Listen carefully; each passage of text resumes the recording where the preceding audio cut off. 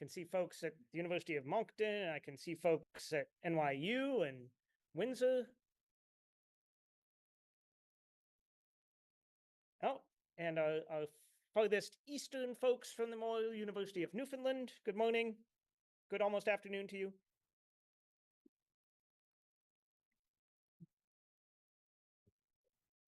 Got Youngstown State. We've got my two colleague regional contest directors are online with us as well. So I am now still talking quite a bit.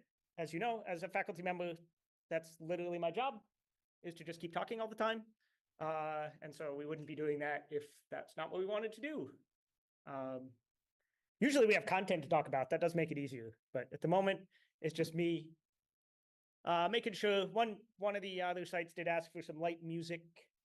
I don't have any light music on my computer, so I thought that maybe was not the best option. But we are just about ready to get going. And hopefully everyone will be able to hear.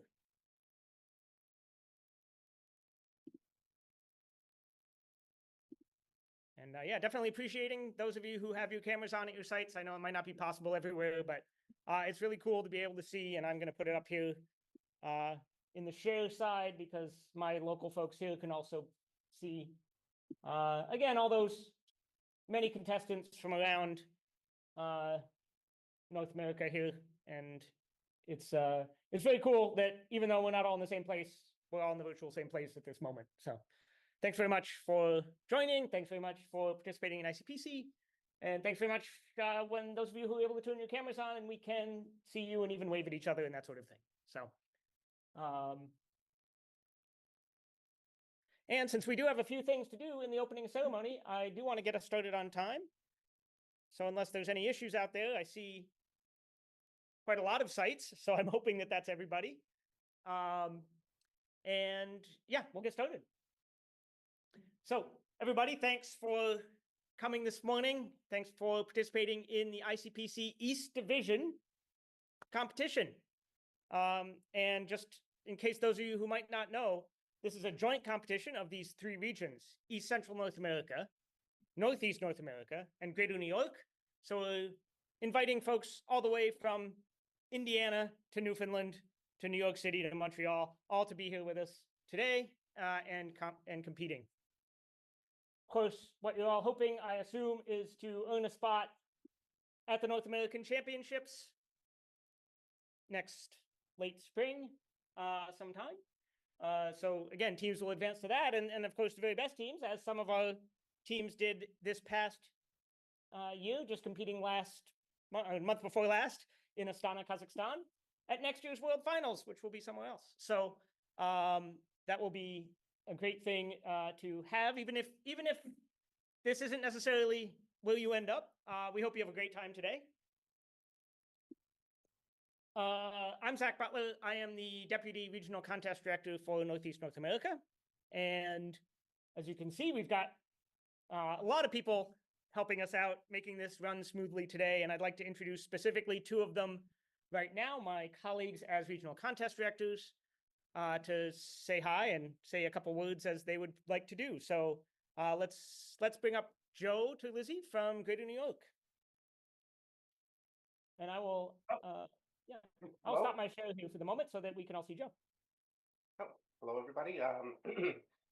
Just wanted to welcome everybody to the Eastern Regionals, I guess is what we're calling it.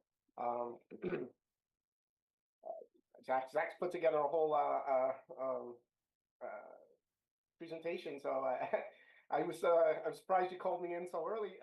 But good luck to everybody. I want to, of course, we want to thank all our volunteers and our coaches, and the judges and everybody that's put this all together. So always thank them, because they put a lot of time and effort into this. And of course, good luck to everybody. So I guess we can pass it over to Bob. Thanks, Joe. Oh. Bob. Uh-oh.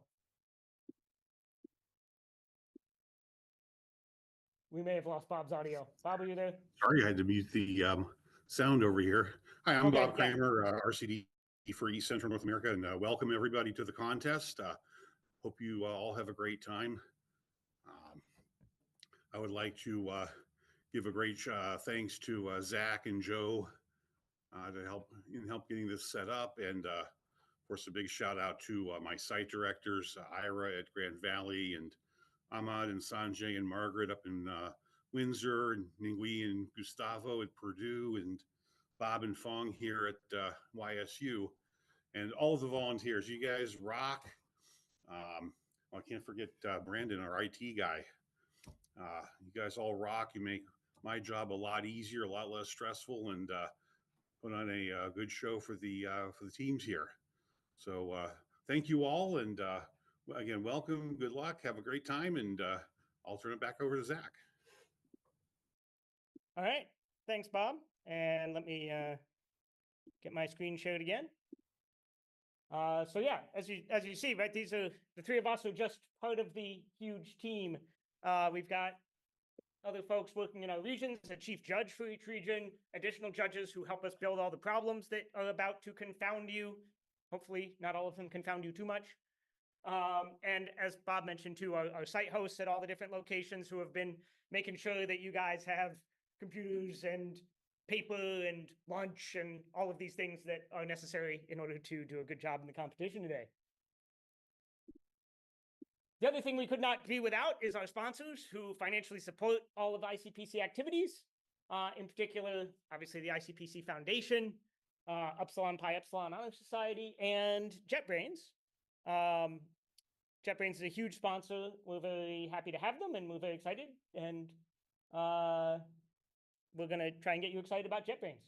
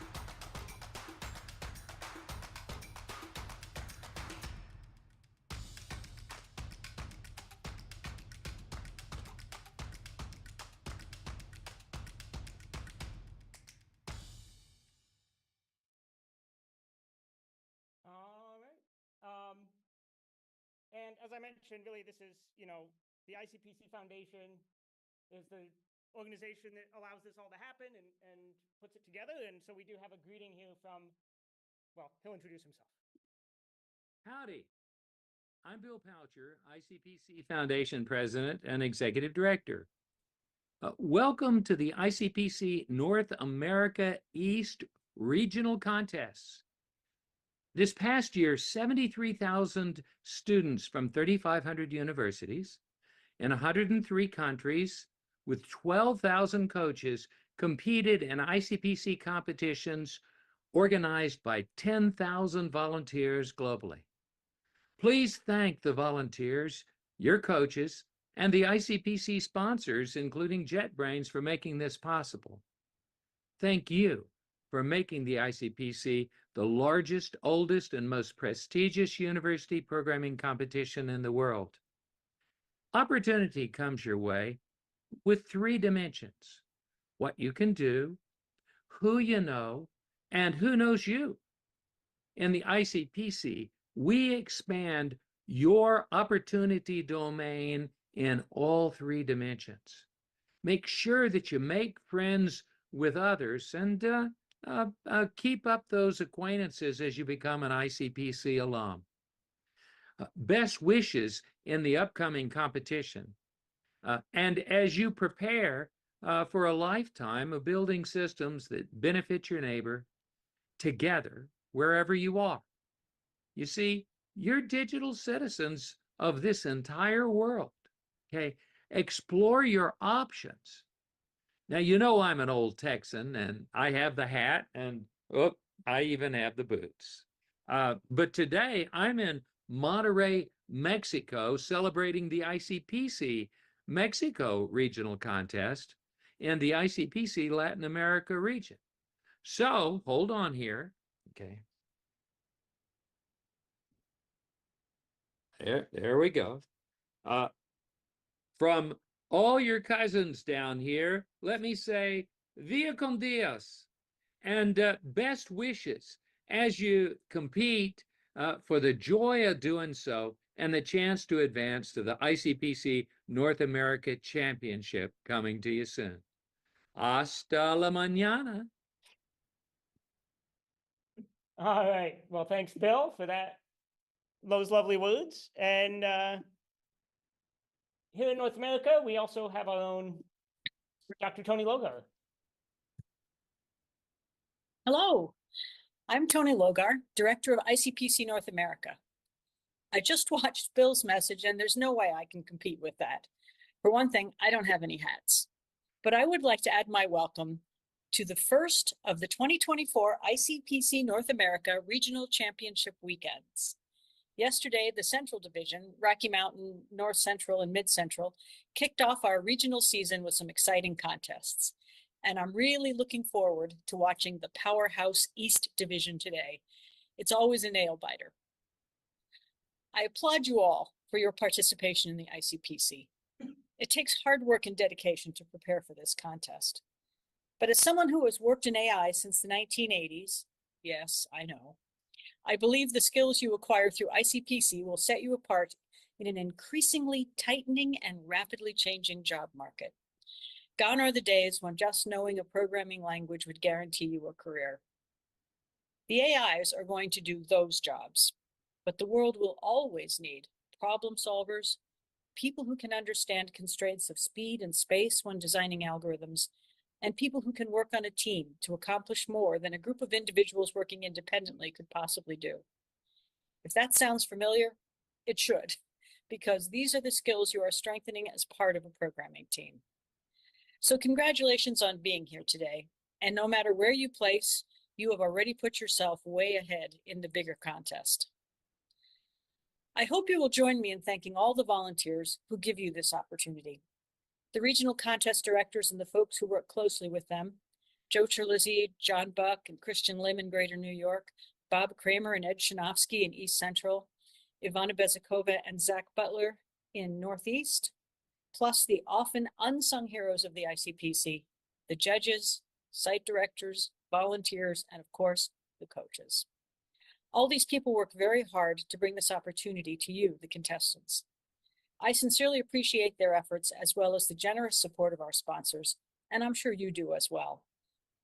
But it wouldn't hurt to thank them when you have a chance.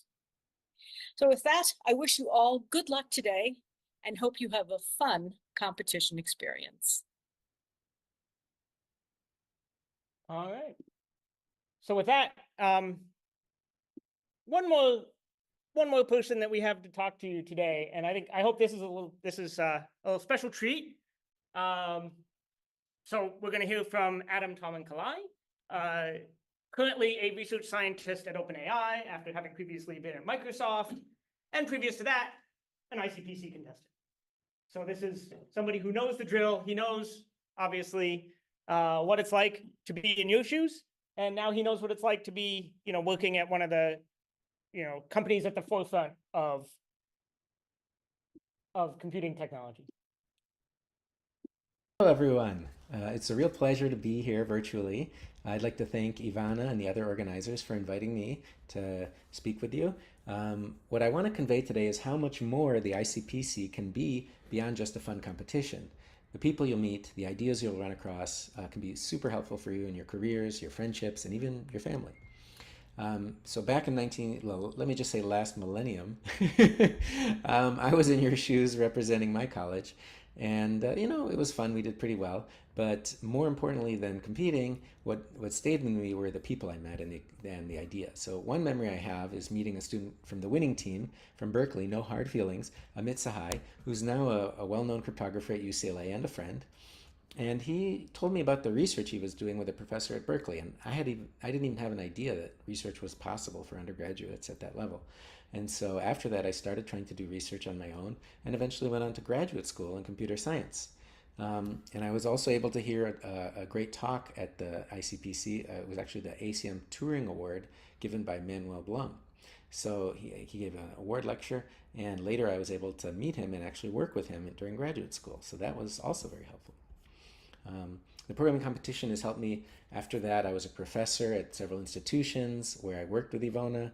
I was a researcher at Microsoft Research in Boston, and I'm now a researcher at OpenAI. And in all of these jobs, I've needed to think algorithmically, and the training that we did for programming competitions has been very relevant, both for designing new efficient algorithms, for interviewing for jobs, and actually even for training large language models, which is something I now do a bit. Speaking of which, today, as you know, computer science has changed dramatically. So when I was at Microsoft, we were actually taking the programming competition problems from ICPC and other competitions and using them to teach these language models to code better and to evaluate how good they were. And not only would we, evaluate the language models based on their ability to solve the problems, but we would actually train them to generate new problems and then solve them, and they could take their correct solutions and kind of self-improve in this cycle. Now I'm at OpenAI working on safety and ethics, but I've also been able to witness firsthand how these language models are improving very quickly. It's kind of scary, but it's also very nice to see. And they're solving problems that we would never have thought that they would be able to solve so soon. So this brings up a good question for anyone who's thinking about going into computer science, like many of you are, I'm sure. Is this still a good career path when AI, may be able to code very well very soon? I still think the answer is yes. My advice is to learn from these language models and to collaborate with them. They're great tools for learning. I learn about programming almost every day from a language model.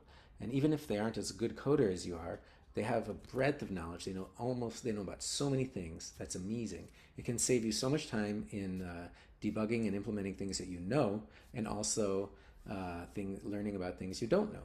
So I also think that the students, those among you who learn how to use them well, we're going to be the most efficient in your learning and in your career. In the future, you'll have a lot more opportunities and in your jobs. So, and it's also fun. It's fun to watch how they advance. It's fun to use them and learn from them. So don't be afraid. Just try it out when you're allowed to. No cheating.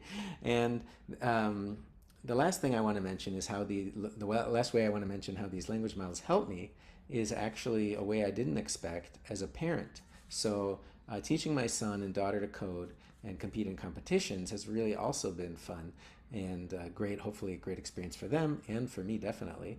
And now that I'm working on AI safety and AI ethics, I've really come to appreciate the importance of having a diverse set of minds contributing to all of these technologies. And so I hope your generation will shape how AI integrates into our society responsibly and nicely and safely and ethically. So as you compete today, remember the skills that you're learning and the people that you're running into and the ideas you're running into may be useful well beyond programming competitions.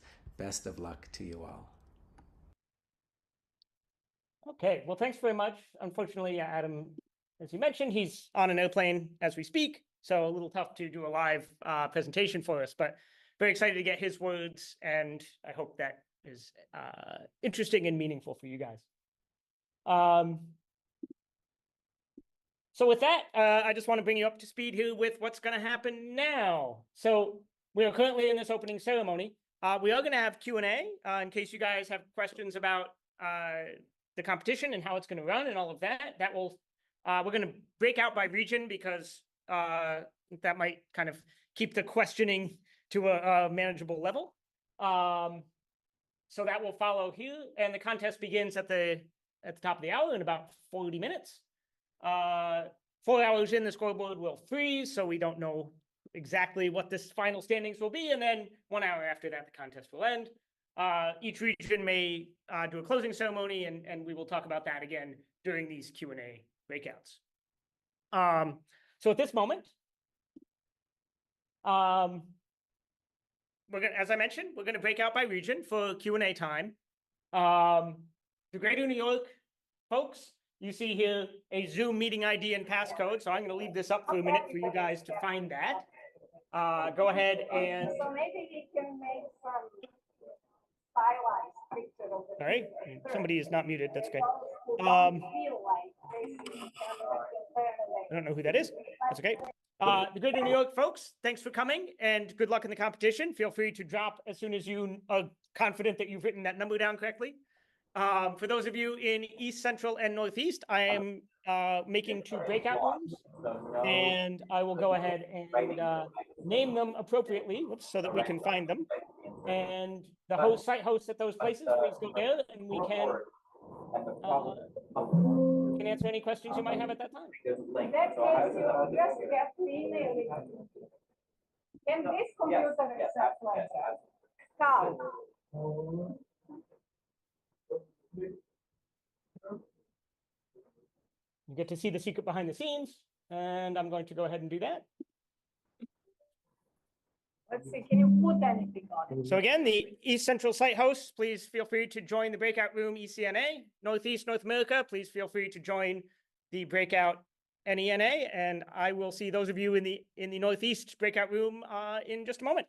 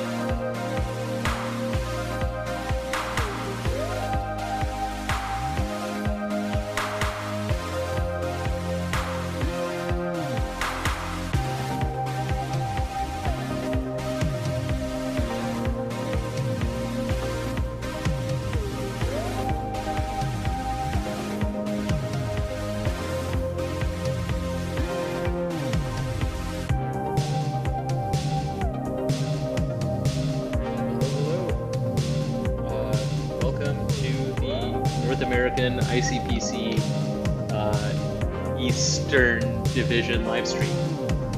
My name is Arnav. I'll be your host for today, and can't wait to see how all of the teams do. So, just a quick overview of the competition today. We've got teams from all over the northern eastern regions of the U.S. Historically, these regions have been the greater New York area, the northeast U.S., and the east central U.S. Today, they'll all be competing on the same problem set, and we'll have scoreboards for each region as well as a combined scoreboard. So as you can see up on my right, we've got two separate queues. One is for the greater New York region, and another is for the northeast region and east central region. And we'll have scoreboards for both of them. Yeah, if you're following along, have any questions in the chat, feel free to drop them, and I look forward to answering them. The contest begins in just 45 seconds, and I'm expecting we'll see a flurry of activity as we get started. Turn down the music a little bit. I'm sure you've all heard enough of that. Maybe we'll mix it up. How about that? Yeah, just a little something in the background to get you guys going on this Sunday morning. So 15 seconds till we get started. I'm pumped. I hope you're all pumped, and we'll see. So for ICPC regionals, the first accepted solutions usually come in really fast, and they don't really stop for the first hour. Yesterday we had several other ICPC regionals in the Mid-Central Division, and I haven't looked at the scoreboards myself, but I heard some crazy statistics. Something like 8 problems solved in the first hour across the scoreboard. So we'll see how the Eastern teams fare. It's a different problem set, different teams, totally different situation, but should still be a good time. Let's see. And they're off. All of the teams should be ripping open their problem packets now, figuring out which problems to solve. So just a reminder, the ICPC is a programming competition for teams of 3 students, usually undergrad or early career grad students. They are only allowed 1 computer, so collectively, and for a 5-hour contest. So the teams have 15 hours of thinking time, but only 5 hours of coding time. And figuring out how to best allocate it is critically important. Let's see. It's been 90 seconds and still no submissions? What are they doing? No, I'm joking. These problems are not easy. Even at the regional level, many of these problems would be 2-3 week assignments in a lot of undergrad courses across the country. We always try to make sure as problem setters that there's something that's approachable for everybody. So we'll see how long it takes for the teams to find the easiest problems. Right now, we're looking at the scoreboard for the greater New York region. You can tell because that's in yellow. And we have teams from, I guess, the greater New York area. So I'm currently sitting in Columbia University, where we have 6 teams across the hall from me. But we also have many teams in New Jersey, upstate New York, all vying for a slot at the North American Championships.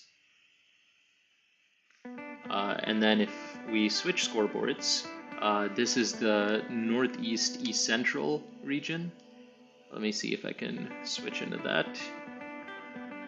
And then here you can see teams like Brown, MIT. Oh, and there we go. We have a submission on A and a first solve on A in the Northeast region. Sorry, I appear to be having technical difficulties. Give me 1 second. I'm hearing that the music is too loud and I'm too quiet. So let me just turn down the music a bit. Is this better now? The music is very loud and the microphone is soft. Let me see. I'll turn the microphone up a little more. How's this?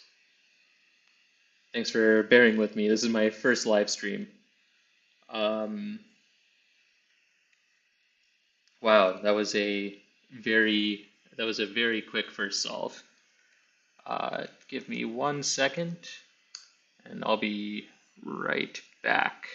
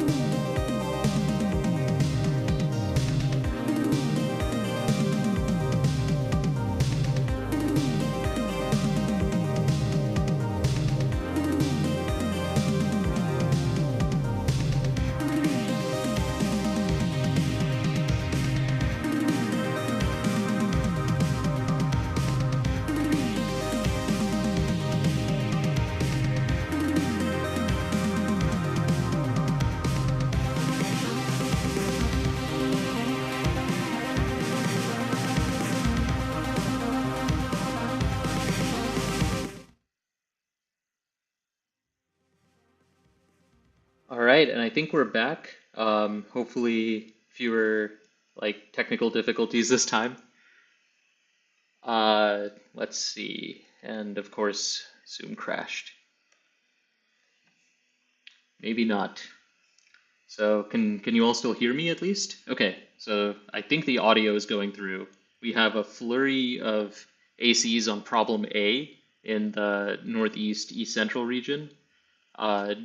I actually don't have access to the problem statements, so I won't be able to discuss the problems, but it seems like many teams are finding success with that one. If we flip back over to the greater New York region, then it looks like they're also getting started with problem A as well. And we already have 5 teams getting accepted over there. So that's super exciting. Oh, 6 now. Excellent. Well done. In the Northeast region, it looks like we have a few more accepted solutions. And these teams are not giving me a break, are they? Looks like 18 accepts on problem A in just the first few minutes of the contest. That's crazy fast. Very, very impressive for all of these teams. All right. Let's see. So I'm curious what the next problem to solve will be. Oftentimes teams will Oftentimes teams will split up the problem packet. So one person reads from the front, one person reads from the end. And it seems like A was very approachable, so that explains why it was solved so quickly in just 3 short minutes. I'll be right back. Let me see if I can figure out how to restore the camera here.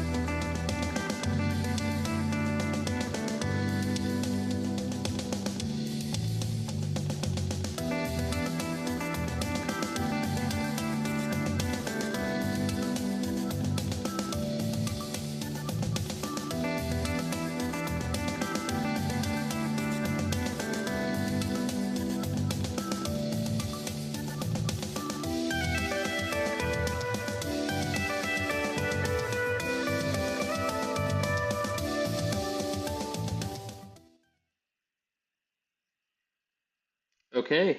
While we're waiting for the camera to get back up, let's take a look at the scoreboard again. So it looks like 44 teams have at least one correct problem already. And we're not even 10 minutes into the contest. This is in the combined Northeast East Central region. The bulk of these solutions are for problem A, but we do have a few accepted submissions on other problems as well. In the in the Northeast Regional. Switching back over to the Greater New York region. Greater New York is certainly a smaller region. There's fewer teams, but still almost 20 teams have solved problem A. And there we go, number 20. Congrats to Yale University being the 20th team there. I believe, is there an open mirror? I believe there is an open mirror if you would like to try your hands at these problems.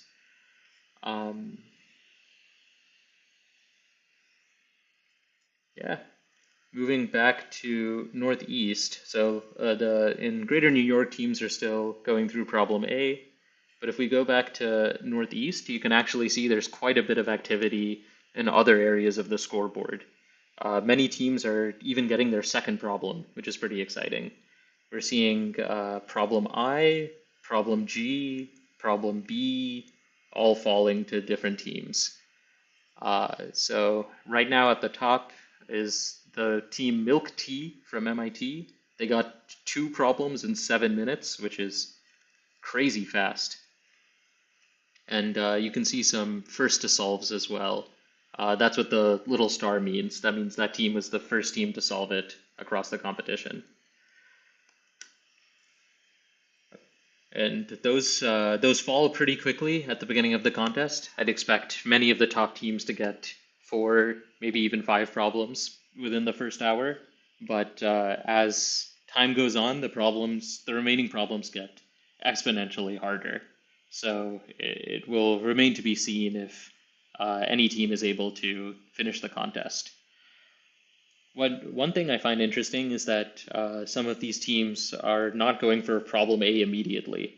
It seems like it's the easiest problem of the contest, but that could just be because it was the first problem that teams saw, and teams that knew how to solve it attacked it immediately. But as you can see, there are teams that solved I first or G first, and now they're just getting back to A. One of those teams is University of Toronto, and they just moved up to the cluster of teams with 2 problems solved, but in the opposite order of most other teams. Let's check back in on Greater New York and see how they're doing. And similarly, we have the first solve on problem I in the Greater New York region. Now, like I said earlier, both of these groups are using the same problem set, but they do have different scoreboards. So we will be switching back and forth between the 2 regions during this live stream. All right, I'm gonna step away for a bit and see if I can recover my camera. But in the meantime, enjoy this music as we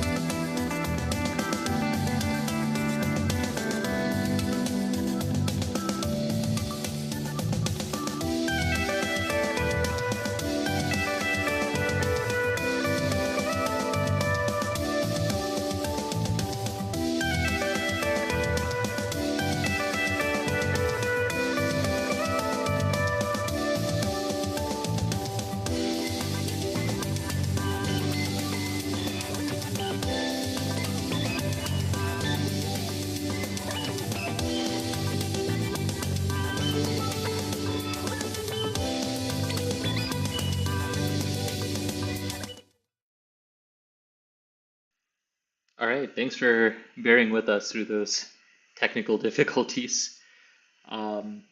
Meanwhile, in Greater New York, it looks like the team from Princeton was the first to solve problem I. So they get on the board with 2 problems solved. That Princeton team was very fast. I don't know if they share any members with the Princeton team from last year's North American Championships, but that Princeton team was also the first to solve any problem across the North American Championships and ended up getting out to a very early lead. We'll see if they can repeat their success here.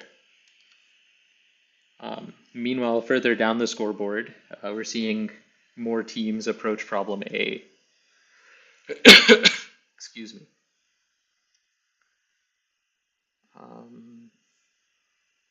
Let's go back to kind of the northeast, east central scoreboard and see what's happening there. So in that part of the world, we are seeing much more diversity in problems solved. Problems A, I, and G are all falling to different teams in different orders. Middle of the pack, we see teams like Purdue, Waterloo Black, Brown, Rochester, McGill. This eastern region is massive. It spans areas from Michigan all the way up into Canada, over in Maine. And it's really cool that these teams can come together and all solve problems in the same contest. Now, I'm thinking if I'm a team and I solve problem I first, that actually feels pretty good because I can then look at the scoreboard and see, okay, problem A is really easy, that should fall quickly, and then I've got a head start and penalty when because I solve problem I very quickly.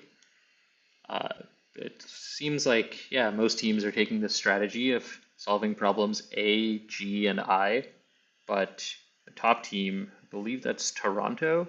I actually can't see the full scoreboard right now, but they're also taking down problem B, excuse me. So that's an interesting strategy to go for B before G and I. Of course, when it's this early on in the contest, and oh no, it's Waterloo, excuse me, yeah, other part of Canada, and they've got a really unique strategy because they've not only taken down problem B, they're also the first to solve problem L. So Waterloo jumping out to an early lead, and the problems that they're solving, B and L, are different than problem G, which looks like what most of the other teams are tackling. Let's move back to Greater New York and see how they're faring. That doesn't look like Greater New York. What happened there? All right, Greater New York seems to be having some technical issues, so we'll stick with this kind of northeast. Oh, and we're back? We're back. Excellent. So Greater New York seems to be following a more conventional contest strategy. Problem A is getting attacked first by pretty much every team, and then a smattering of other solutions. Here again, Rutgers is breaking the mold by choosing to solve problem B instead of problem I, whereas many other teams are going for I first, including some teams that haven't hit problem A yet. So further down, you can see Cornell chose to go for problem I before problem A, as well as Yale Lion. So early on, the scoreboard doesn't mean too much. There's not a whole lot of, it's very unlikely that solving a problem at 3 minutes versus solving a problem at 6 minutes is going to make a meaningful difference in the contest. That's only 3 penalty minutes.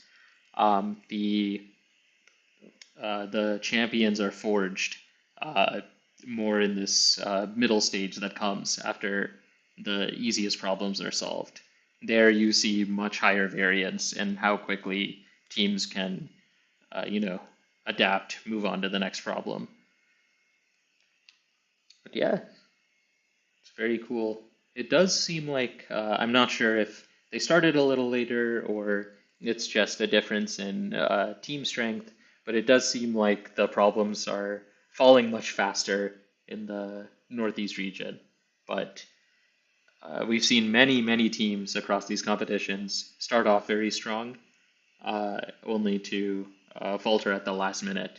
So it's still anyone's game. We'll switch back to the Northeast leaderboard where, okay, it looks like problem B is becoming more popular now. So every team right now, I'm guessing, is looking at problems B, G, and I, and A if they haven't gotten to it yet, and trying to figure out these four. These seem like the four easiest problems. We'll see. As of now, Waterloo is still the only team to attempt problem L. So that might be, it's hard to make any decisions off of those kinds of occurrences. Waterloo is historically a very strong team, so it's possible that for problems like that, maybe they just know something, that know some technique or trick or algorithm that your team might not know. So it's generally a good idea to follow the scoreboard in terms of finding where the easiest problems are, but it might not always be the best idea to follow the very top team exactly, because what's easy and simple for them may or may not be easy or simple for you. Now, if you're a top team yourself, should you follow the scoreboard? Ideally, you set the scoreboard, but there's only one team that can be in the lead. And 22 minutes into this competition, the team that's in the lead is Waterloo Gold. 4 problems in 22 minutes. That's very impressive. 16 even. But you will note that Waterloo did take 2 attempts on problem I, so that extra 20 penalty minutes doesn't mean much now, but if another team is able to get 5th problem, 5 problems in 22 minutes, that's ludicrous. But if another team is able to get a problem, they may be able to overtake Waterloo if they don't have any penalty. Let's go back to Greater New York. Ooh, excuse me. Problem A, B, G, and I. So here we see a very similar story to the Northeast East Central region.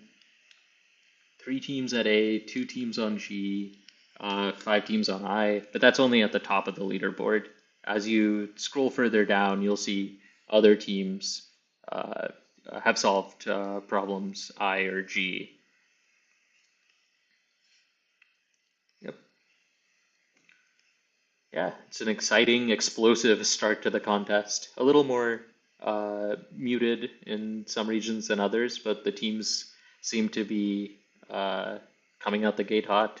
So I look forward to seeing how this contest evolves.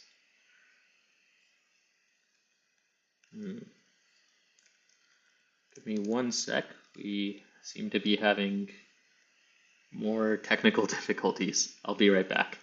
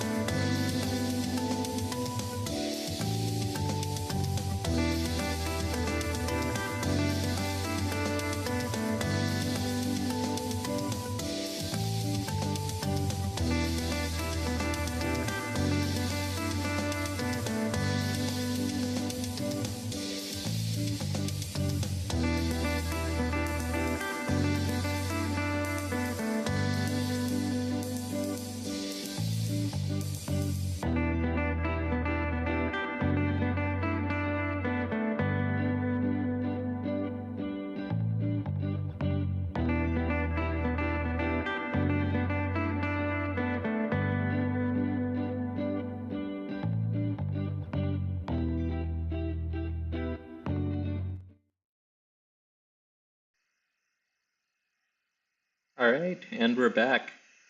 So let's see. I don't think too much has changed in the last few minutes, at least in the greater New York region. So we can take a peek at the queue maybe. See how that works. I can hide the scoreboard and show the queue.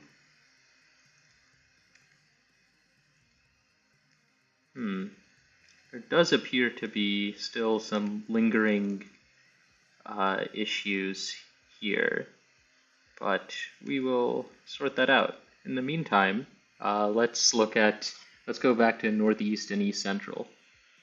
So you can see Michigan is actually taking a very interesting approach. Their first two problems solved are problem G and problem H, and that is very different than the set of problems that the other teams are going for, which is problem A and problem I. Michigan is actually the first to solve problem H. So we'll see if their unorthodox strategy pays off.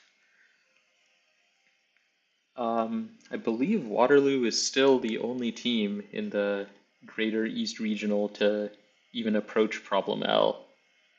And yeah, that appears to be the case. So I'm not sure if maybe it's similar to something they've seen before in practice or just plays to their team's strengths well, but no other team is approaching it. Instead, the MIT team MEX Foundation is making the first attempt on problem D, and they don't get it. So that's still an important signal to the other teams that at least MIT thinks that problem D is one of the more approachable problems. So that might be something that they then themselves tried to go for. However, somebody did get problem D. Which team was that? That is CMU, New Rule Plus Jobbers. Carnegie Mellon University. The only problem they've solved is problem D at the 19-minute mark. So again, lots of different strategies and approaches coming in. I'll admit I'm a little surprised to see that at the regional competition. At other competitions, there's often prizes for being the first team to solve a problem. So maybe you'll see a team go for an unorthodox strategy, like trying to be the first team to solve one of the medium or hard problems at the expense of the easier problems. But here at regionals, most teams are trying their hardest to qualify for the North American Championships, where the generally simplest strategy is solving the generally solving the easiest problems first to minimize your time penalty. And we're back with Greater New York. Excellent. So that must have been on my end, but now we're seeing the scoreboard for Greater New York look a lot more like the scoreboard for East Central. There are teams at 4 problems, and problem L is still unsolved, but problem D here was solved by one of the teams near the top of the leaderboard. So slightly different approaches between the two regions. Rutgers has problems B and D, but not problems I or G. And the scoreboard for the Greater New York region seems to find B easier than G, whereas for the East region, G certainly has more solves than problem B. Part of this is because maybe because the scoreboards have different numbers of teams. So when you have fewer data points, you maybe aren't getting the best information that you could be from your competitors. Let's see what else there is. So we're about 30 minutes into the contest, and the top teams have 4 or 5 problems. The other teams are now at least have some idea of what the easier problems are. So if they were, not reading problems A, G, I, they're probably taking a look at them now.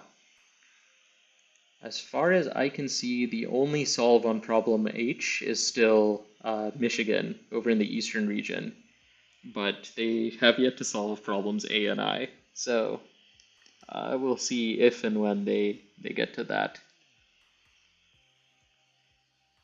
It's also interesting seeing the variety in team names.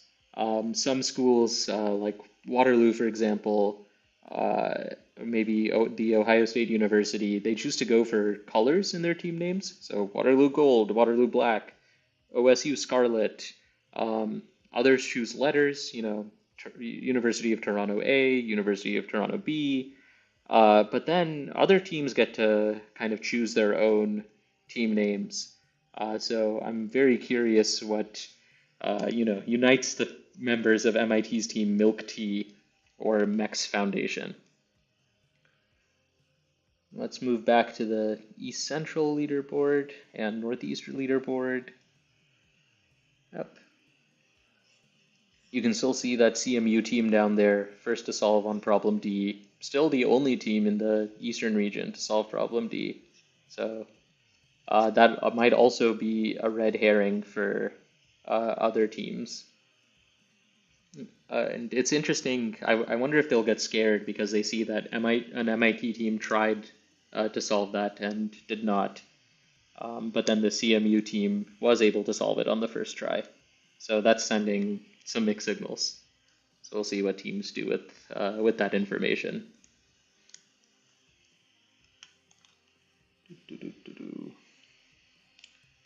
I don't think I properly introduced myself at the beginning of the stream, but my name is Arnav. I've been involved with ICPC for almost a decade now, first as a competitor at the University of Texas, and then once I graduated, I became a judge. So I've set problems from 2018 till about now for the NAQ, the regional competitions, the NAC, and the World Finals. I found it, I loved competing in these contests when I was in undergrad, and I thought providing problems for the contest was a good way to give back to the community that gave me so much. So if any students are listening to this who are listening to this stream who are soon to graduate, I would highly encourage you to consider reaching out to your local contest staff and asking how you can best get involved with the contest. We always need more judges across North America. And don't worry, you'll be hearing me make this pitch several times throughout this live stream.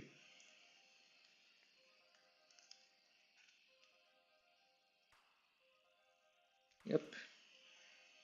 Let's flip back to Greater New York. Excuse me. Lot of green all up at the top. And that's great for the teams. Oftentimes you'll see a team, especially early on, will submit to a problem, get wrong answer, and just kind of move on to something else. There's so much low-hanging fruit at the beginning. There's the red we were looking for. There's so much low-hanging fruit at the beginning, it often doesn't make sense to spend time debugging using the computer this early on. It's best to rack up the easier problems as quickly as you can. Boom, another solve on problem I, and another one. I know this isn't a resolver, but it's still fun to see teams just fly up into the stratosphere as they solve more problems. Interesting strategies across the board. Cooper Union is going for problem B instead of problem A, which now has been solved by, looks like all but 2 teams in Greater New York, and is missing maybe quite a few teams in the Eastern regional. Oh, sorry, not all but 2. There are a few teams that are still attempting problem A. Statistically, problem A not only has the most attempts, but also very few missed attempts as well. Most teams that try it have been getting it on the first try, whereas problem I seems a lot trickier. There are many teams that required multiple attempts to get it in both the the Greater New York region, and the Eastern region, including our current leaders, Waterloo Gold. And let's switch back to that leaderboard because Waterloo Gold is now at 6 problems solved. So problems A, B, D, G, I, and L. And sure enough, those are the 6 problems that are solved at all, along with, with problem H from Michigan. So there are now 7 problems that have been solved across the regions. And in the Greater New York region, Princeton also just got problem H. So congrats to them. They're on 5 problems now. So these seem like the candidates for the 7 easiest problems in the set. So I expect teams to kind of focus on those first before they look at other problems. Yeah, let's see what else is happening here.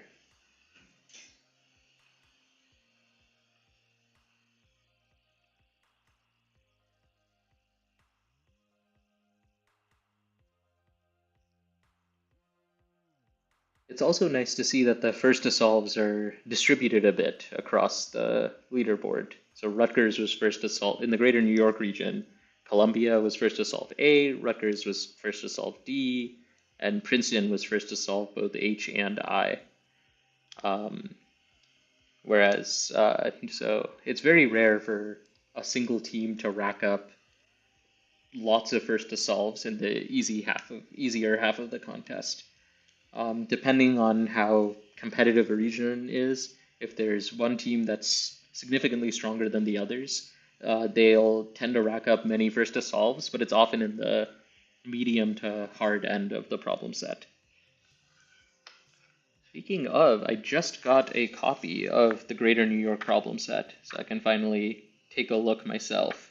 But I think I will leave that be for now. There's no need to discuss all of the problems, but it does look like, ooh, there's some nice art across all of these problems, so that's always nice to see.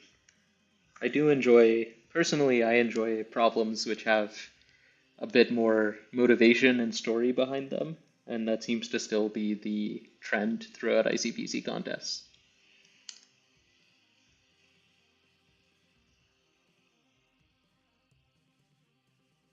Moving back to the Northeast East Central Regional, you can see that there's not tons, but a few more teams are cracking problem L and doing so successfully.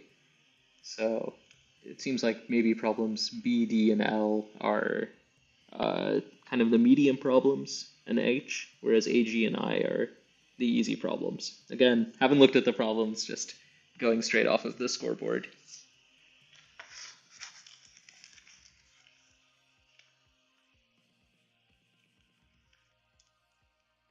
An attempt on problem B. And oh man, the suspense is killing me. Does problem B have a large time limit? And it's good. Excellent. So one important thing to note on pretty much every problem is the time and memory limit. Memory limit problems are a little non-standard, and by that I mean problems where the memory limit is an important factor. The default in pretty much every contest problem has a memory limit of 2 gigabytes, but I have seen on occasion some problems where the memory limit is much lower, and the difficulty in the problem is not fitting your solution into time, it's actually fitting it into memory. We actually did this at the North American Championships, I want to say back in 2021. We had a problem where the memory limit was only 128 megabytes, and the solution, if I recall correctly, that was a problem where you had to run a dynamic programming algorithm and squared. But the core of the problem was actually figuring out how to condense the memory of the dynamic programming table from n squared down to linear time.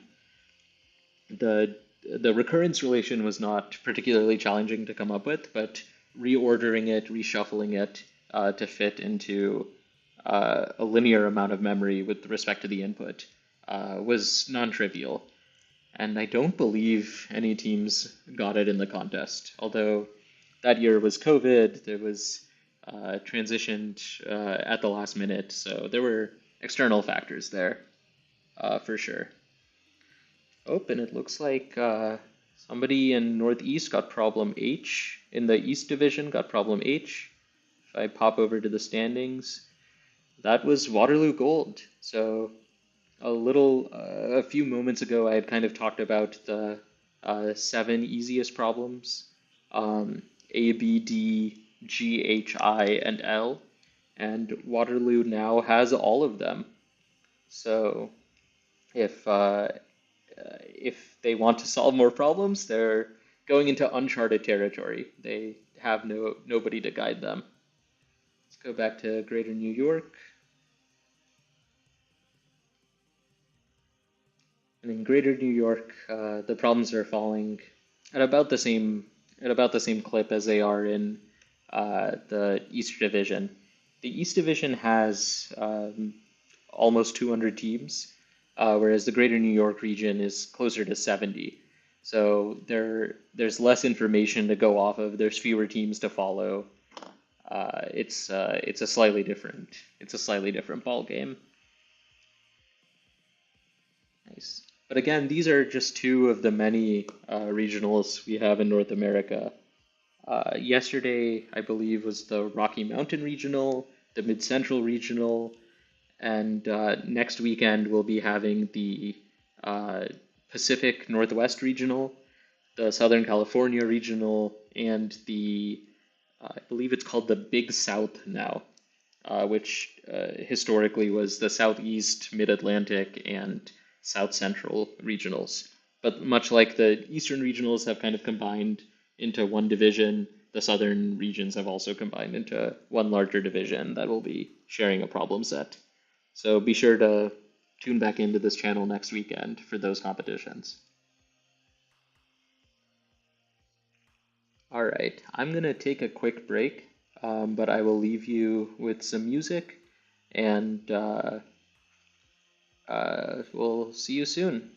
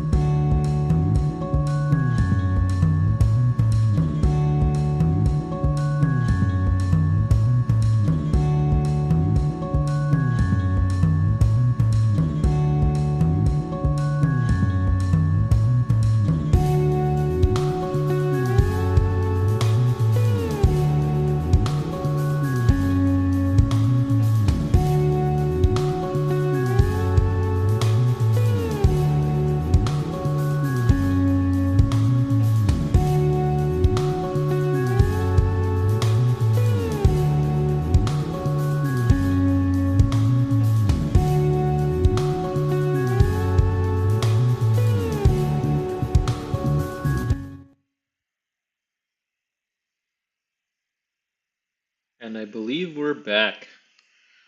Excellent. So 5 minutes until the 1 hour mark. In the greater New York region, we see the top team has 6 problems. A, B, D, G, H, I. And if we switch over to the East Central region, the greater East region, top team actually has 8 problems now. Waterloo was able to solve, I believe, problem F. They were not the first to solve it. That would have been MIT. So yeah, it looks like that is the next most approachable problem after the 7 we saw earlier in the contest. Problem F has now been added to the list. And one thing I really like about this scoreboard, and it's easier to do in the East Division when there's just so many more teams, is see the variety in problems solved. If you look down a little bit, like even pretty much at all layers of the scoreboard, teams are trying different strategies here. Some teams are at problem A, some teams are on problem I. Up at the top, some teams are going for problem F, others are going for problem H. It's not always clear. It's very, very rare to have an ICPC contest where there is an exact ordering of this is the easiest problem, this is the hardest problem, and every single problem follows a total ordering. Usually there's some groupings, and here I would say, just based off of the scoreboard alone, problems A, B, G, and I could really be solved in almost any order. Now, naturally, because A is the first problem in the packet, teams are going to crack it first, but I wouldn't be surprised if any of those other problems are actually easier. Yeah. In a few minutes, we'll hit the 1 hour mark, and I'll be interviewing a judge from another region. So stay tuned and look forward to that. I believe he has looked at the problems as well. So we'll see what we can discuss there. But yeah, like down here, not every team is problem A and I focused. You can see some scattering of problems B and F as well, which very exciting. Let's see the scoreboard again for the greater New York region. And it's awesome to see all of these lovely, lovely green boxes and ACs. But now that we've hit the hour mark, kind of the very low-hanging fruit has been plucked for most teams. So as you can see, the queue has kind of shifted in tone in the Eastern Division. Well, many more of the problems that are coming, many more of the submissions that are coming in are getting wrong answer, TLE, and all of the verdicts that maybe you don't want to see if you're a contestant. Which might be a good time to bring up. Say you're a contestant, you read a problem, you have a pretty good idea of how to solve it, you code it up, you test it on the samples, and wrong answer, time limit exceeded, runtime error. How do you go about debugging it? When do you go about debugging it? Most ICPC contests allow you to print your source code and just actually print any file. So if I were coaching a team, I would recommend that they immediately print upon submitting any problem. That way, if it's incorrect, they'll hopefully have the printout slightly faster, which is always good. Then usually you want to only debug things on paper. It's very rarely a good idea to use computer time to debug, especially this early on in the contest.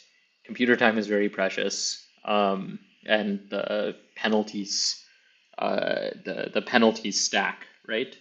the way penalty is computed for ICPC contests is they take the timestamp from the start of the contest where you solve each problem. So say you solve problem A at 7 minutes, problem B at 14 minutes, and then they sum up all of those timestamps, and that's the penalty that you see in the second column. So every minute that goes by, you're adding to your penalty for all future problems you solve. So it's generally in your best interest to of course, it's in your best interest to solve the easy problems as quickly as possible. There are other competitions with other scoring methods. I believe the most popular alternative scoring method is @coder, where that's a Japanese contest site where your penalty is just the timestamp of your last submitted problem. And that leads to some very different scoreboards and very different contest strategies, where you're not necessarily incentivized to solve the easiest problems quickly. It doesn't have the same compounding effect. But I remember there was a bit of an uproar a few years ago when when competitors there were trying to hide problems. So they would solve a problem, but then not submit it, and then only submit once they had 3-4 problems.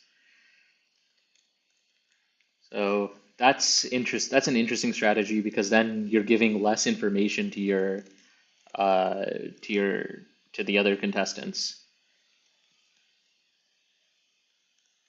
Let's see what else is going on.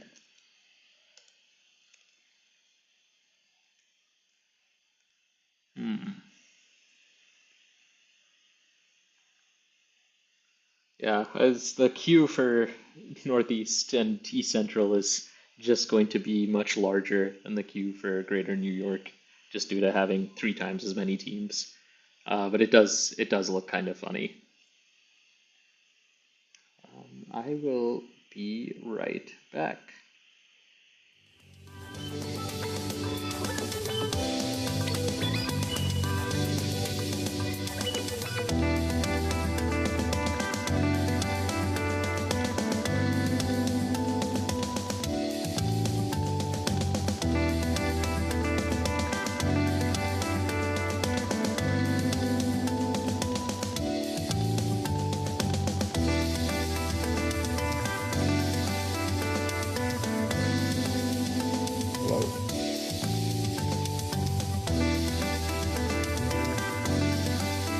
Yeah, I can hear you.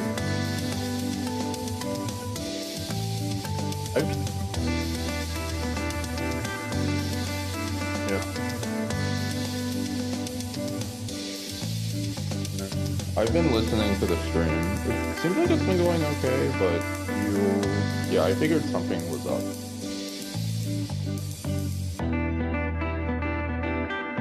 Not really. I mean, I think it's a little, it's a little choppy, but I guess that's your hardware, and that's not really up to you.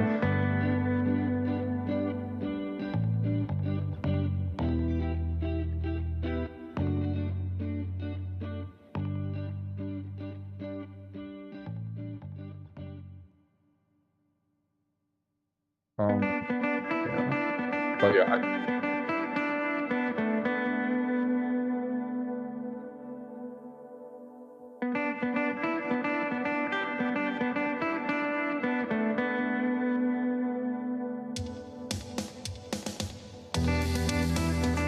well, you're driving the conversation, and I mean, we'll just see where it goes. It's actually not that hard to have a non-problem focused stream. That's my specialty. Unlike, say, the other folks are very problem oriented, which is, I mean, some people really want that. I think other people want other things. So yeah, I'll be just fine. Not talking about problems whatsoever.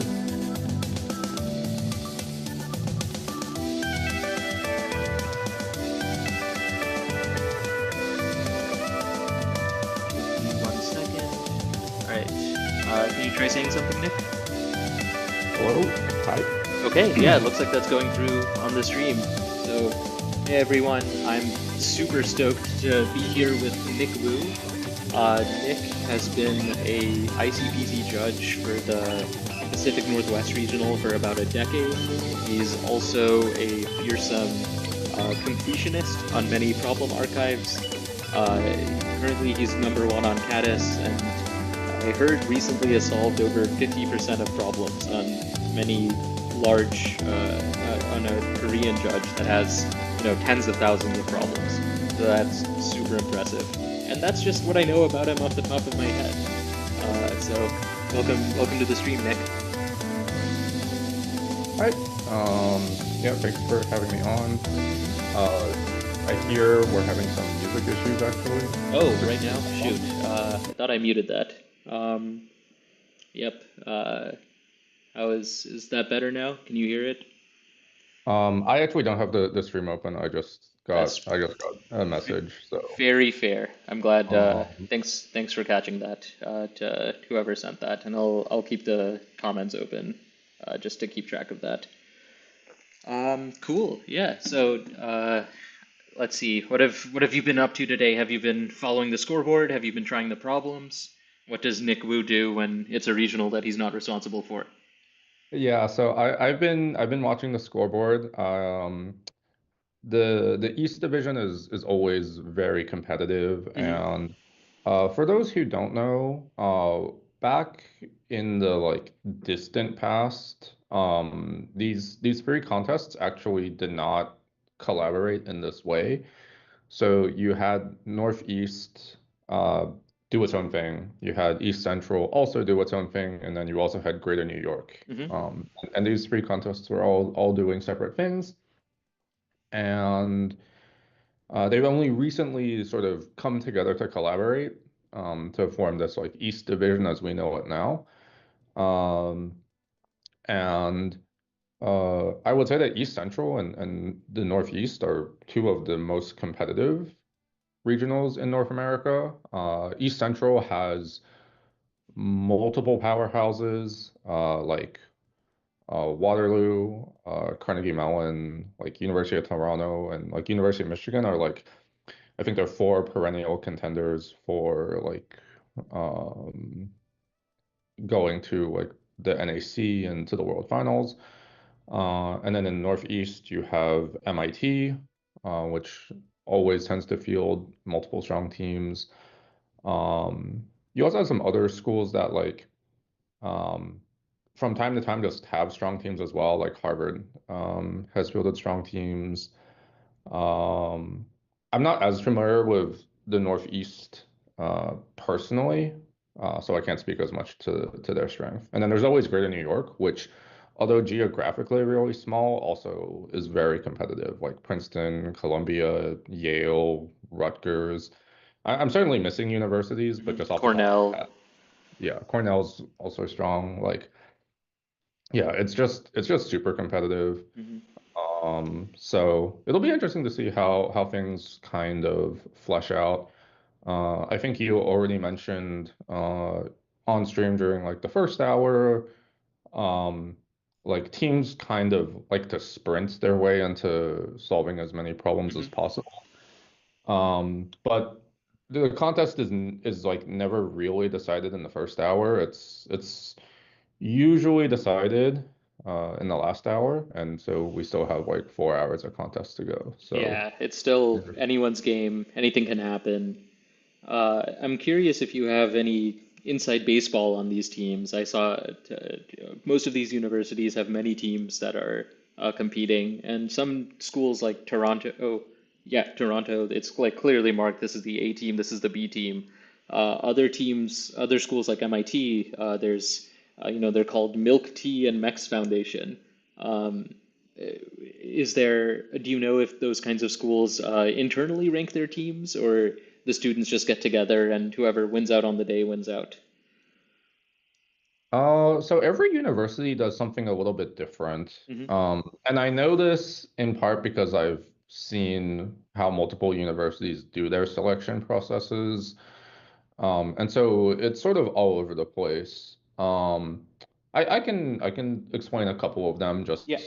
because it's not actually obvious like what's optimal or whatever, Mhm. but like some teams will just do what is like easiest to like the easiest way that a lot of universities do, and I think probably the most visible example of this is Waterloo, is they run a qualification contest. So Waterloo actually runs like a local contest every like twice a year or so. Mhm. And the way that they pick their teams is it's literally like the top three are Waterloo Black, and then the next three are Waterloo Gold, and then I forget how the rest of the colors go, Yeah, but that's how they do it. I And see. this is sort of like the quote objective uh unquote way to Mhm. rank these individuals. Um, and so uh, the theory behind this is really simple. It's like if you can do well like on some random contest on a random day, then like you're probably pretty good. And so you stick three pretty good people on a team, and they're probably gonna do pretty well. Um, it's not perfect, and there have been years where like this team selection mechanism did not result in like the top three Waterloo individuals going to the next stage. Mhm. But Waterloo has been at like NAC and World Finals for like forever. Oh So yeah, they're a clearly doing it. perennial powerhouse. One of the only two schools to have won NEC thus far. Yeah. Um, And then like if we take MIT, Mhm. uh, I don't actually have any insight into sort of their team selection. Mhm. Uh, and I believe that they also do run some like internal contests, but Yep. it looks from the teams that they send, it seems like the teams are not, it's not rigidly set by like the qualification, I would guess. And the reason why is it looks like the same teams sort of compete year after year. Yep. So it seems like the teams have autonomy to pick and choose their teammates. Mhm. And so this also has like its pros and cons. Like one of the pros is if you get to pick your team, you can kind of like decide like, oh, our team is like maybe our team is super balanced and we can cover like all the topics. Or maybe you go the other way and you say like our team's going to be really unbalanced, but I like working with my two teammates, Yep. and so we're just going to have fun. Yeah, I'm. Uh, So can you? I'm curious how that works because uh, I've definitely seen many universities be like, "Yep, we do one contest. We're going to take the top three, next three, next three." But I've also heard that some people come into ICPC and they choose to specialize. Like they focus on, say, geometry algorithms or string algorithms, and they want to be like among the best in the country at their specific niche. But then those kinds of folks are not going to do super well on these selection contests. Do you feel that one strategy is better than the other? Do you think there's merit in having these hyper specialists slot into top teams? um, I think it ultimately depends on what your goal is. Hmm. And as it goes, there are multiple ways. Like I would say that so firstly, the goal for a lot of teams usually is to either like make it to World Finals or get a medal at World Finals. These are sort of Mm, the two like hallmark goals for teams. Um, like making it to World Finals is a huge accomplishment yeah. because you were able to best all these other universities in your super region. Hmm. And then getting a medal at World Finals just means that you're actually like, as they like to say, the best of the best of the best, or I don't Yeah. know how many best How of the best and there we are. we keep adding new bests in the middle, right? The NAC didn't exist 5 years ago. So that's Yeah. really changed the landscape for World Finals qualifications, particularly for these regions. Before, if you're in the same region as MIT and it's directly from the Northeast Regional to the World Finals, it's very difficult to get out because one slot is almost assuredly taken by them. But now that we have the NAC, we can see more teams from this Northeast region actually qualify to the World Finals by beating out the top teams from other regionals. Yeah, that is one reason that I believe that the NAC came about. Hmm. So for those who aren't in the know, prior to 2020, every region in North America independently sent its like one or two or three or maybe four top universities directly to the World Finals. And there were um there were a lot of like uh not really like complaints per se, but there were just observations that it felt like North America was really lopsided in like the teams that got sent out. And people were like, "Oh yeah, North America has like MIT, and that's it."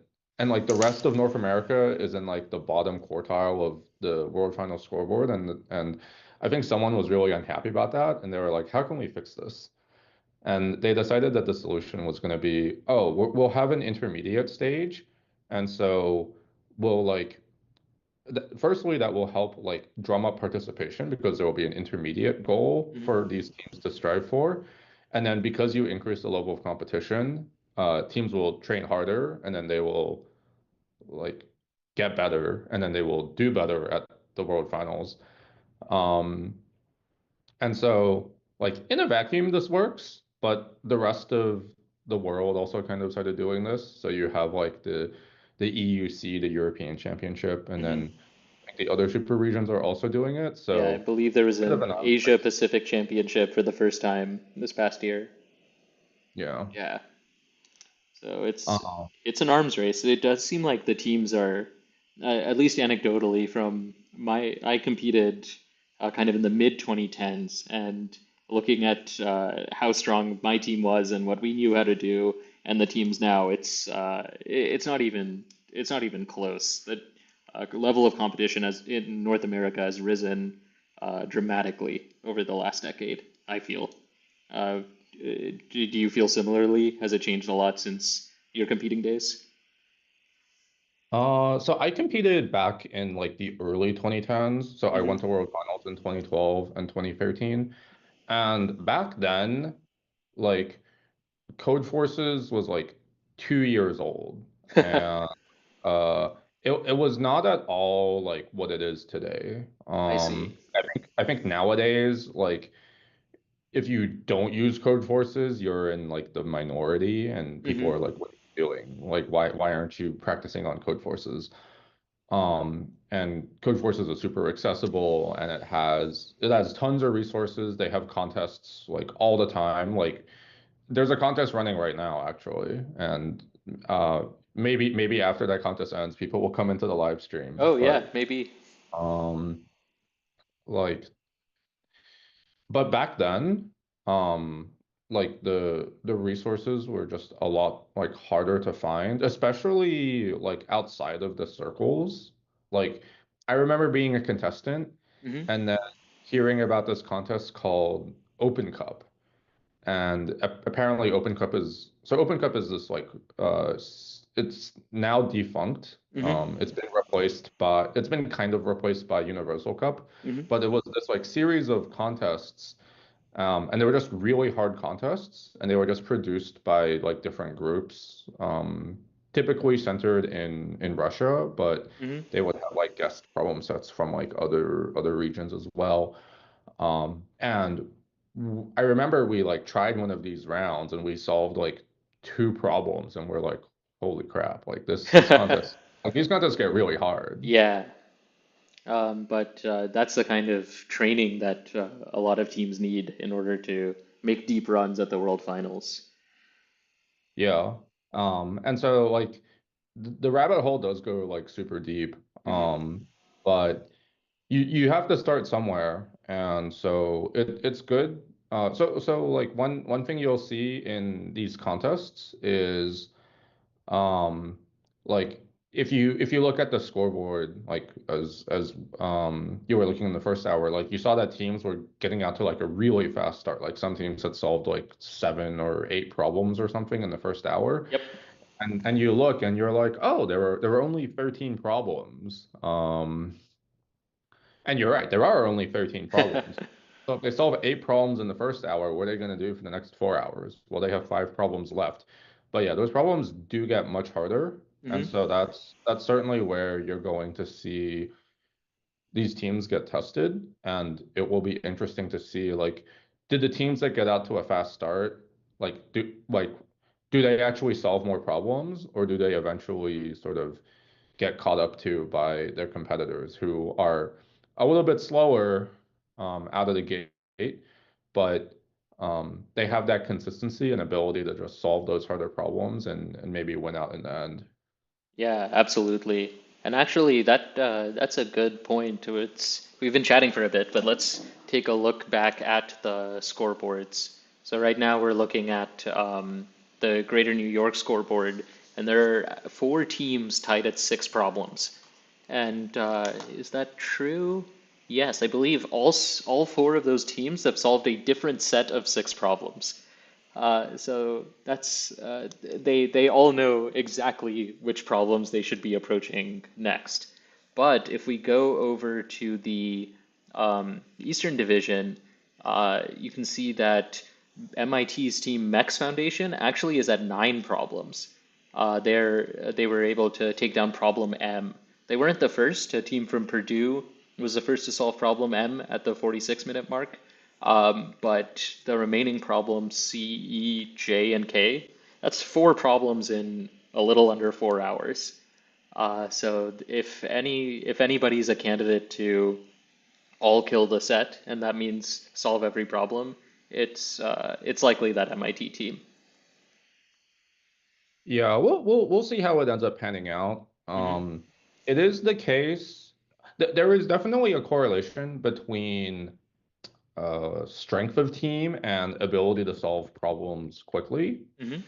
On the other hand, there are some teams that are just sort of like over-indexed on that ability, and so they're really, really good at solving the easy problems, but then they kind of hit a wall, and